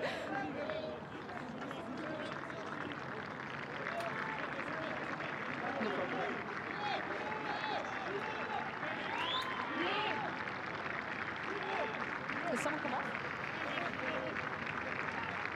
Okay, number 4. Yeah, we can play now.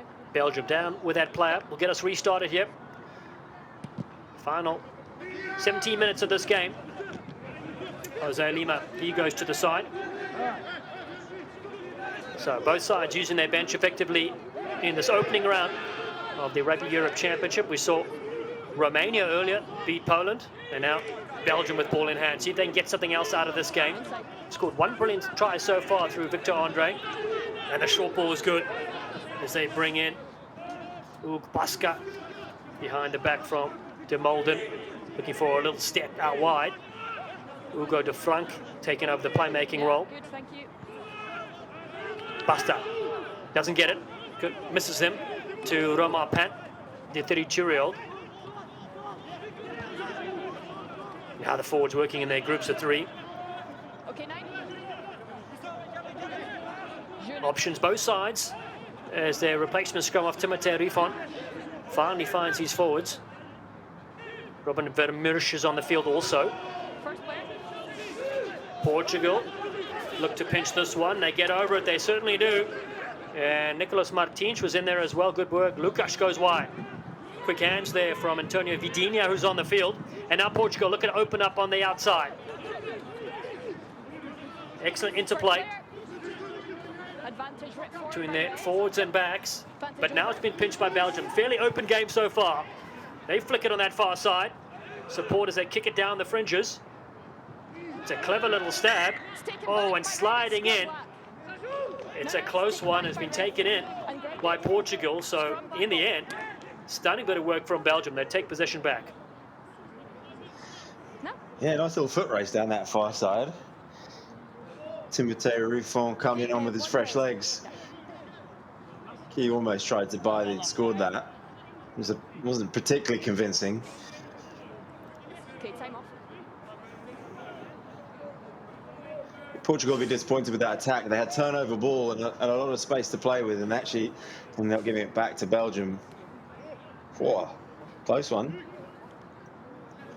In the end, good cover.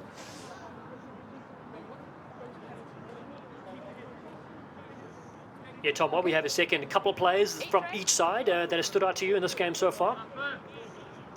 Well, I've been really impressed with the Portuguese back three. I think they've all kind of done their bit in terms of spreading the ball. I think Lima's been good for them as well. C'est bon? He's gone off now for a break, but they've all had a lot of space to play with. But I think they've been smart with it. They've been able to hold their depth so they can hit onto it in those outside channels. And it's been really nice. Now, I'm probably doing a disservice to the Portuguese forwards to some respect, because actually defensively, they've locked up Belgium really well. Belgium have struggled to go forward, particularly when it's been that tight a game. On the other side of it,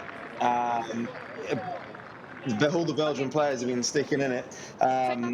At the moment, it's probably about their ability to just stay in the game with the changes they're making. They've not had a lot of continuity in terms of preparation time, so actually that becomes even more difficult when you bring in players off the bench. Now, look, whether they'll review this game on the quality of what they're actually executing, or whether it will be for them mostly about the attitude, the effort, and actually what they're building as a squad of players under a new coach, I don't know. Set! Yeah, just looking to make those improvements week in, week out. Free kick, they have this. Still down that player in the sin bin. So look there at Maximilian Hendricks, who's in the side. So chance here for Belgium now. What do they want to do with this one? Alexei Koufalo brings his forwards, the replacements. Lucas Sotu is there too. It's a quick tap, and they fire it through. Basta, carried by his teammates close to the line. They've got one try so far tonight. Now they go to the right-hand side. Just a bit high on the carry, because now more has developed.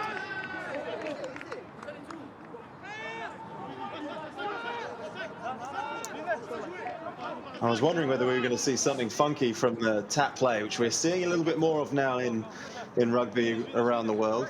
But that was a pretty straightforward tap shift. Great carry, got really close to the line, but then this second carry here, just too high. Good defensive effort from the Portuguese boys, holding him up. Who knows what's going on under there? Guys, behind the kicker, please. Yeah, but Tomo de Mulder, who carried that in, he's been one of their best players tonight, just going high on that occasion. So a goal line dropout for Portugal is attention for Portela down towards the touchline. Belgium have a chance to create some magic, and their youngster gets involved in that far side, Florian Remieux. He's been very good. Not given a lot of ball in hand though, but now they look to go wide. That's better stuff here, unlocking something on that far side for Belgium. Quick possession and firing in. Buster comes from a great angle. Forwards around, Koufalo waits. They go behind the back. It's a big step. Off the right foot, Jordan Goat. And space. Now developing around the fringes as their forwards again carry it up. It's a determined effort here from Belgium to close out this game with just over 10 minutes to go with a player short. Ball is lifted, clearly lifted. We've got the front toll to go back a bit. Now comes in a short line. Portuguese defenders just waiting for that one with more advantage, Belgium. There is space on the left, they flick it behind nicely into the 22. Still to the right. Timothée Ruffon, the 21-year-old, no gap for him. And there's a dummy there, and the short ball's a good one as a hammer for the line. Ball spits free. It's picked up and dived over. It will be a score. It's a brilliant finish in the end. and the pressure mounted, and Belgium get their second score, and a light for their side. A really good ability to hold on to the ball there. I think they had a penalty advantage as well, but the ability to build phases there, brilliant against what we've said a couple of times as an organised and pretty strong Portuguese defensive unit. Really nice, but a little bit loose sometimes with the wide-out runners, but intent to carry through. And then a lovely little offload there. That one, didn't know if it needed it. Thought maybe he was already over the line, but fortunately went backwards and scooped up for the score. Thank you. Perfect, thank you. Hugo de Frank gets his first try for Belgium, the 24-year-old. Following up the play superbly. And now he has his outside centre, Florian Remieux, to add the extra 2. They've shown glimpses in this match where they've kept the ball alive and kept some continuity. They will take that forward, of course, into the next few matches here. In Pool B, they find themselves alongside Poland and Romania. Remieux from much closer pops this one over. 54 points to 17 with 10 minutes to play. Things like your debutants or less experienced guys getting scores in games like this can be really powerful in terms of your growth, your development as a squad. Especially if you can recognise those things afterwards and celebrate them. It can really build players' confidence and their understanding of how they can compete at this level. Yeah, it's been a while since they've been here. 2020 was the last time. They went 1-4, but had a couple of close games. And as we know, international rugby is so competitive. Can't take for granted these experiences these players get.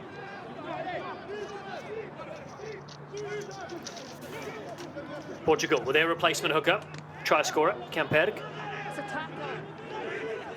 Antonio Santush on the park as well. He's wearing 16. Martin Bello waits with Santush. Lukasz wants ball, but it's been played by Belgium. And Holly Davidson was talking him out of it, like a very good referee always does. Yeah, you just got caught on the wrong side. Nah, tackle. There was no red player connected to ball carrier. Yeah.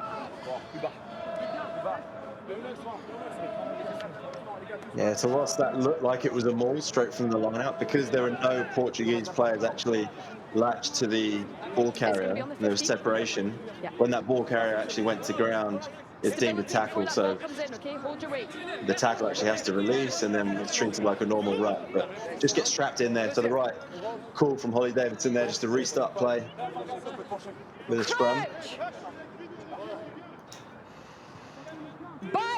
Yeah, she's communicated well in this game, controlled it superbly. First ever Rugby Europe Championship game for Davidson, who hails from Scotland. Big shot here from Belgium, and they get the penalty also. Oh, look at their fans, delighted with that. You can hear the roar from the visitors. One collapse. Yes, another moment to savour for Belgium. Yeah, here you are. Where all that?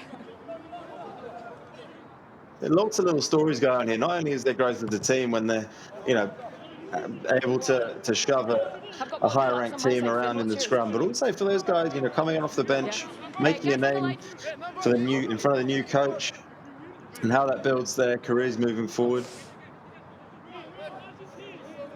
How many are you get? That you just said 6. Okay, 5. Okay, drop one. Yeah, Mike Ford, the new head coach, coming from Rugby League. Of course, he's worked in Union for the rest of his career, but it pops down in the end for Portugal. They snaffle this one. No, Bouncing around. Thank you. Thanks. Belgium finally get this one back. Refon, their replacement's come off, gets it away to the right-hand side. Buster again comes in for one of his characteristic carries. Behind the back goes God. First player, play on. Belgium definitely trying things, but Portugal seem to pinch this one on that far side. Hot stepping. There's Martin Lukasz now comes in for a bit more front forward ball. Rafael Simowish involved heavily as well. Manuel Carlos Pinto wearing 23, now the full bench being used. Belgium with their bench players on as well. See if they can pinch it back. They can't, so Lukasz goes over the top with a little box kick. A clever little play, stays in the field though. Belgium. Hoof this one out of bounds. Black on the line, sorry. It's the second good banana kick we've seen in this game. Not an easy skill. Another nice one there from Jordan Gott. One thing we haven't mentioned about the Belgian forwards is I think Moritz Botha has been doing some work with them as well. Obviously, loads of experience he'll be bringing. And I'm sure he's not giving any of these forwards an easy ride, and they'll be looking to prove themselves in front of his eyes as well as the head coach, Mike Ford. Yeah, you're absolutely right. That experience absolutely vital for developing the game in Belgium. So great to see in Portugal again. Plenty of possession to work with here on this near side. The ball's been knocked out. And it almost came to one of their big steppers here, Captain. Vincent Pinto. Knock on or line out? Game's just shifted again, similar to the pattern of the first half. It really is. Like, seems like it's just dropped a bit, perhaps in terms of Portugal's ability to have a hold on the game and to really impose themselves. Belgium, to their credit, have come back into it, making a decent scrap. Just not quite sticking for Portugal as it has done in some other areas of this game. Yeah, that's right. Match fitness will come into play as this tournament gets on. And that one again has been knocked down. And again, Belgium getting in the way. For me, first deliberate knock on, Tommy.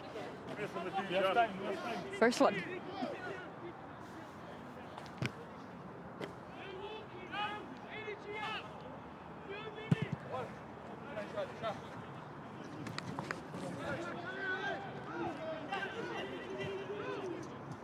The captain Appleton there was making the point that looked a bit like a deliberate knock on. Again, guys.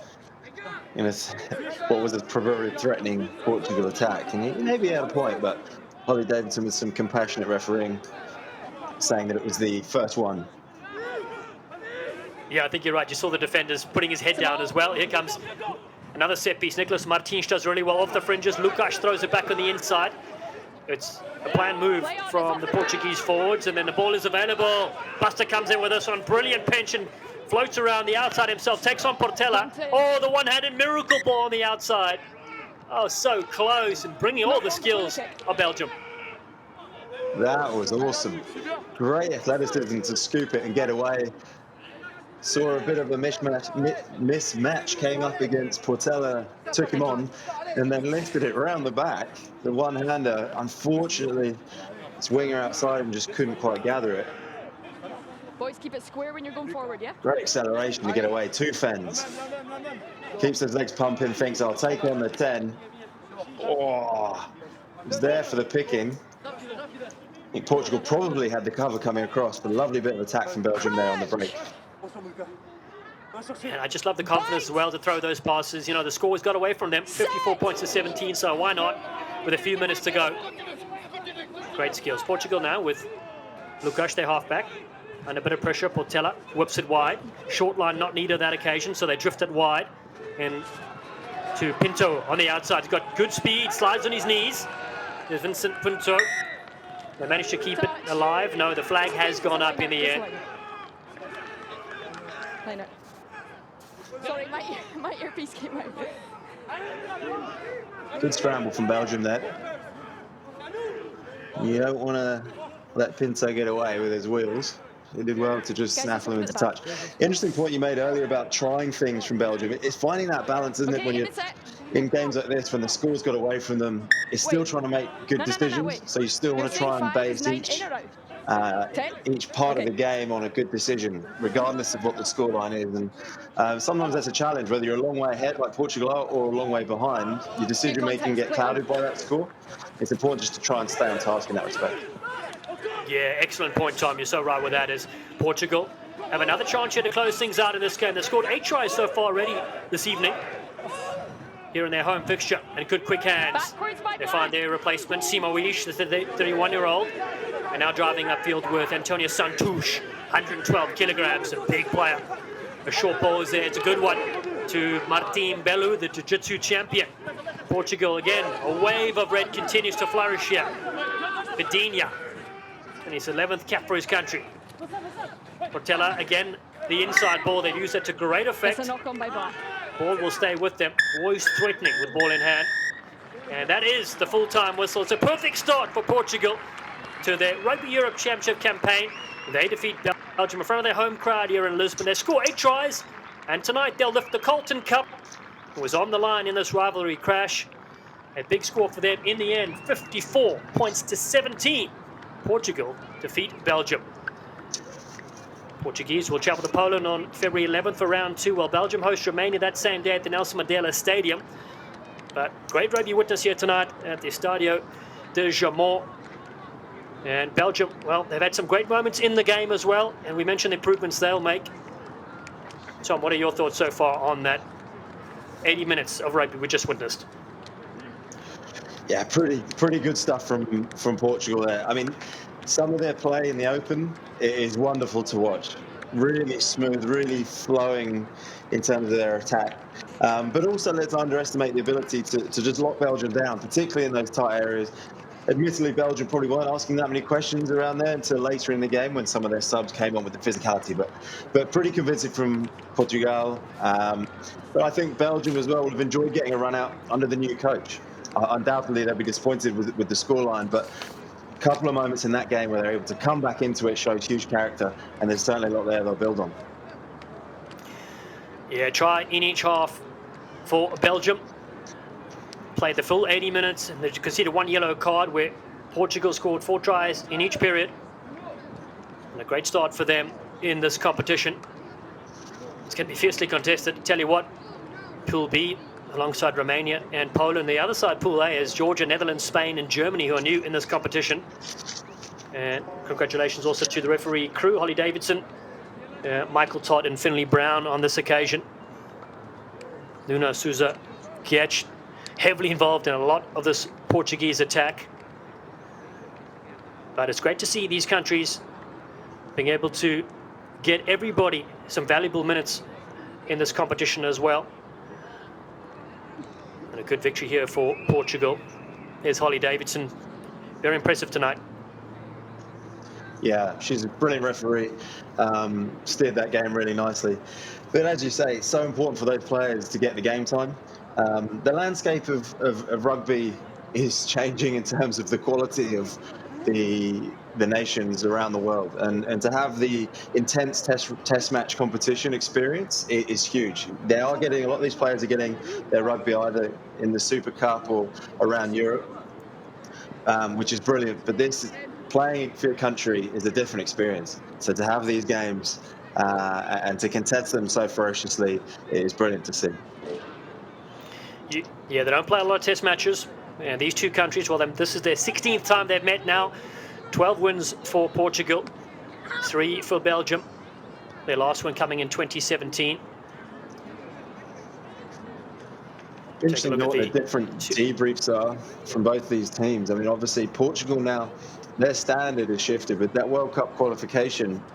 All of a sudden, that's their benchmark. They're looking towards the games that they'll play against the likes of Australia, Wales, and of course Georgia, who are they could come across in the Rugby Europe Championship more recently. So their bar is set all of a sudden much higher, whereas perhaps slightly different from Belgium in terms of what they're expecting from themselves. So it'd be great to hear what's going on in these huddles. Obviously, those Belgian boys are a little bit disappointed. Yeah, there will be, and we'll get pitch side in just a moment for some reaction from both countries. But you're right, Belgium ranked 26th in the world, so they're just outside that, top Rugby World Cup tier where Portugal have worked their way into 18th in the world, and of course that qualification just immense for them, and their family out here as well with friends. It's so good for them to witness, their family in action. Of course, the younger kids looking up to the heroes as well. Great footage and great behind the scenes also. Special moments for these players.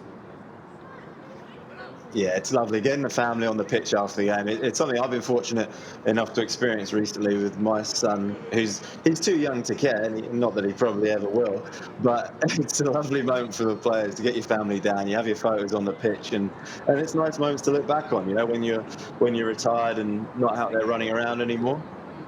It's brilliant, and this is part of the reason a lot of the players do it, is to share the experiences with your family, the highs and the lows. That's all part of it. Yeah, so great. We saw the Portuguese women's national side, one earlier today here, and now the men's side do their trick. And we will get some interviews in just a few moments as well. as we take a look at the post-match images for their family and friends taking the pitch as well, congratulating their side. It's probably a bit of relief for the Portuguese players as well. I think whenever you're in front of a home crowd and you're expected to win, let's be honest, they're coming to this as favourites. And there's been a lot of hype around them since the qualification. So I'm sure now, whilst they'll be generally pretty pleased with the performance, there'll be a bit of relief as well that they're able to put on a bit of a show for the home supporters. Yeah, they really did. 8 brilliant tries, 10 in total, 2 from the Belgium side. And first occasion for Mike Ford leading this Belgium team as head coach. As you mentioned, bringing along a strong supporting group of coaches as well. Interesting to track their journey, and it starts with big events like this to play at this higher level, playing the trophy before, now in the championship, Belgium. So there obviously will be lessons they will learn week in, week out. But being in this competitive environment is going to be so great for them in their Rugby Europe Championship campaign. 3 pool round matches before their knockouts, and the great thing is not just the top 2, but all sides will go through and play in some sort of playoff, which is great as well. Selfies getting on the social also. Got to get your Instagram content in at these moments for sure.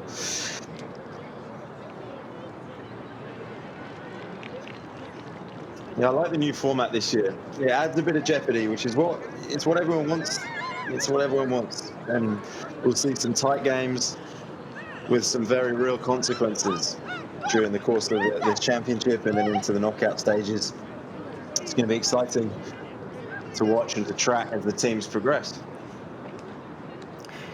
Yeah, well, I love the fixture when Portugal played Georgia in recent times and tied them 25-all. It just shows you the growth of Portuguese rugby, and Georgia, their side as well, you know, so powerful in this competition. And you know, the fact that Portugal can practice against them, of course, then play them at the Rugby World Cup will be fascinating. They may have to keep a few chicks back, right, for the World Cup.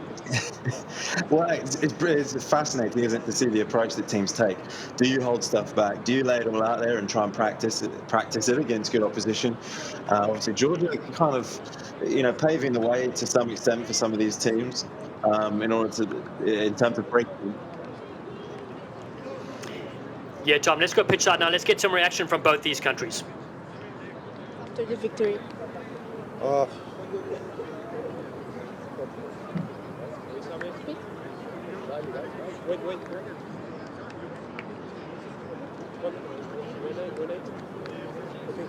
Good night, Patrice. What are your feelings after the victory?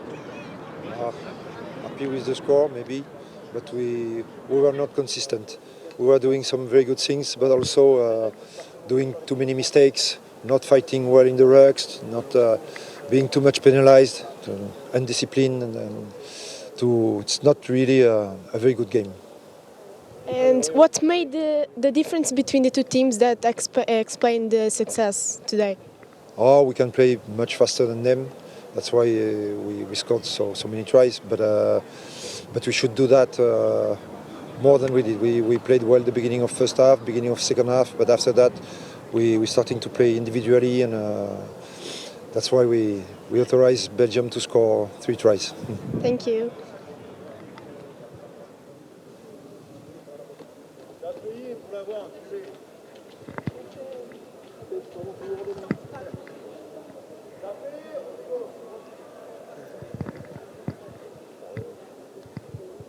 Yeah, you heard there from the head coach, Patrice Ajiske. Not happy with that, but Tom, we kind of figured that, right? Because there are definite things they want to work on. As a coach, you know, you're looking for that sort of perfection. And of course, there were moments that, you know, they let in the Belgium side, and against, you know, a team with more experience, that could be very costly on the scoreboard. Yeah, we sort of highlighted it, didn't we, as it was going along, that the game went up and down and they didn't have control over some portions of it, which is, you know, what they would have wanted to do. It was also, as a bit of it as a coach, I think, these are great opportunities to, you know, go into the guys a bit and lay it down a little bit, because they're buoyant off the back of a comfortable win, so you can push it in a bit in terms of the work-ons. Yeah, let's head down now to speak to one of the leaders of the side.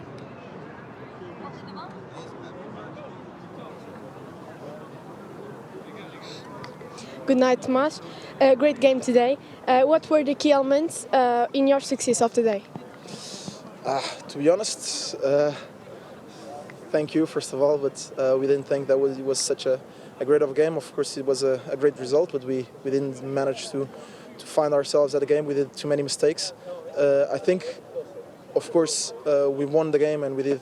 I think as soon as we got some fast tempo on the game and we played fast, we were able to score and do a lot of line breaks. But in the end of the day, too many mistakes. Next week we will play the second game of pool phase. What will be important to that game? I would say to correct those many errors that we did today, especially hold on to the ball, try to, as soon as we get into line breaks, just trying to score. And I think that will be the key element for it. Thanks for your time.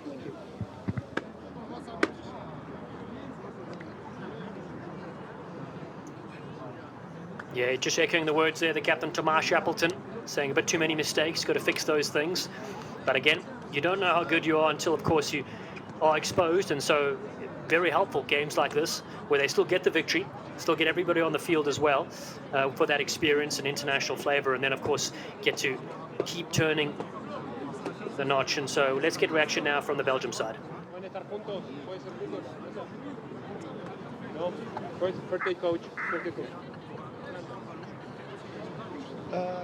So good night. What are your thoughts after that game? How do you explain this defeat? Well, you know, first of all, Portugal, congratulations. They're a very good side. You can see why they got to the World Cup. But I'm very proud, to be honest. I'm very proud of the team's fight. We haven't had long preparation for this game. We really only had 2 sessions. But the spirit the Belgian team showed, I think is good for the future. So disappointed with the start in particular. You know, we conceded 4 tries in 10, 15 minutes, which ultimately was a difference. So we need to work on the start of the football game. But once we started playing the Belgian way with our spirit, we more than matched Portugal tonight. What positive points can you take from the game and how you prepare the next game? Yeah, I think the scrum was great. I think we got a few penalties from a scrum. It certainly was on top there. We didn't really get our driving game going for various reasons. You know, 28-0 down, and we scored 10 unanswered points. Missed a kick for goal. You know, started the second half, which was crucial. We could have kept the momentum going. So look, we'll just prepare again as best we can for Romania. We'll get better for sure, and that's all we can do is stay together and get better. Thank you very much, and good luck for the rest of the season. Thank you very much.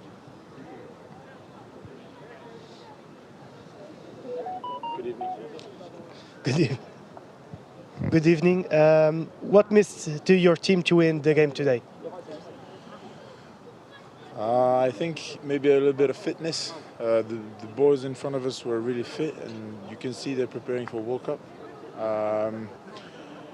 We missed a little bit of preparation also. We've just met on the Wednesday, and but like the coach said, really proud of what the guys gave into that game. Next round, next week, what will be important to work on? First of all, we need to work on the recuperation. It's been a tough game, and there's a long game for us. So we'll keep on working on our strong points and the scrums, and maybe try to finish better our actions when we have the ball in their half, and score the points when we have to score the points. And then we'll see eventually, maybe have a good game next week against Romania. Thank you very much, and good rest of the season.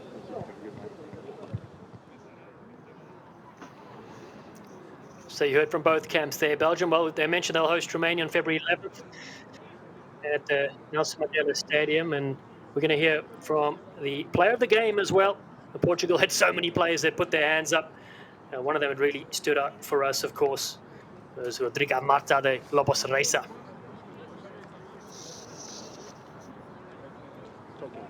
Congratulations, Rodrigo, for the MVP award. How do you feel after this game, and what was the key point for you to do a fantastic game like today? I'm very glad about this victory. I think it was a nice result, but as I said back there, some individual errors, starting with me. But yeah, first game of the competition, it's normal a bit of errors, but also like we qualified for the World Cup, so we have to have high standards. And but yeah, I'm glad about this victory, about being the MVP. Just thank to everyone who came tonight, and yeah, preparing for next week now. Thank you very much, and good luck for next week.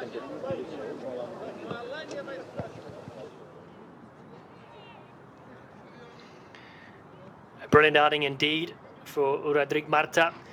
And here's a look at the match stats. 54 points to 17, the final score, and 8 tries to 2 in the end. Portugal get a bonus point for their victory there, scoring 4 tries in each half. Some brilliant highlights in the game as well. We'll get to those in just a few moments. Portugal had plenty of ball to attack with, but Belgium came back as well, scored a couple on their occasion as well. These are the try scorers, the point scorers in this game. And they'll take a lot from this game, will Belgium. And you mentioned in the interviews there, Portugal, of course, have high sights at the Rugby World Cup. So for them, they're very strict on their performance tonight, still able to get it with 8 tries before. Tom, we mentioned a lot of good play in the end. Backline combining nicely with the forwards, and fitness, of course, was a factor. Belgium said they just struggled to handle this Portuguese attack. Yeah, it's really interesting listening to the different attitudes towards the review of the game. I think the Portuguese change room is probably going to be quite glum after that because they've set the high bar. But I think maybe, they've got to recognise they've not played for a while. Bound to be a bit of rustiness, but still to put 54 points on a team is always a good sign, And Belgium, as I thought they might, were very kind of philosophical in review, focusing much more on the attitude they took into that, and that's what they'll take forward. You can't fix, if they're a little bit unfit and don't have the match fitness they need. There's only so much you can do about that when you're in the middle of a championship. Unfortunately, you just kind of have to accept it. But Mike Ford sounded like he was pretty pleased with the guys. I think he's realistic about the lack of preparation they've had, and it showed in some areas. That try we're seeing now was a classic example of just a really basic error. And as soon as they take those out of the game and polish up a few of those areas, all of a sudden there's a couple of 2 or 3 scores that maybe they don't give up in these sorts of games, and it's a bit of a different prospect because you have to chase it. When you end up a few scores down, unfortunately, it changes your attitude towards the game to a degree, because if you're going to stick in it, you've got to go after it, rather than perhaps just building into a game as you want to normally. But there were glimpses, this being probably the best part of the game for Belgium, really, really clinical off the back of a scrum, being able to execute there with what seemed like a planned 3-phase play, going twice around the open side and then jacking back the short side. Probably should also give a nod to the kickers in this game. Some pretty consistent conversions and kicking all around. Suzy Getch, obviously, with a whole load of mentions on the scoreboard there for his kicking performance, which comes as no surprise. But also Florian Rameau, a couple of nice conversions as well. Some brilliant scores to close things out. Yeah, the 4 tries I was saying in the second half, they started like they did in the first half, did Portugal, and Belgium came back in the end. They had moments like this. They were very, very close, didn't they?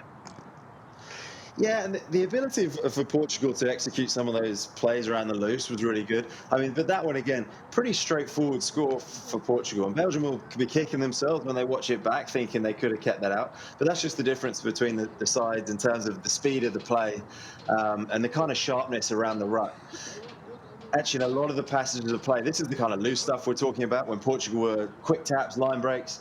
And then in contrast, this was when they kept it tight, up the guts, straight from the line out, with a driving maul, and they executed that really nicely.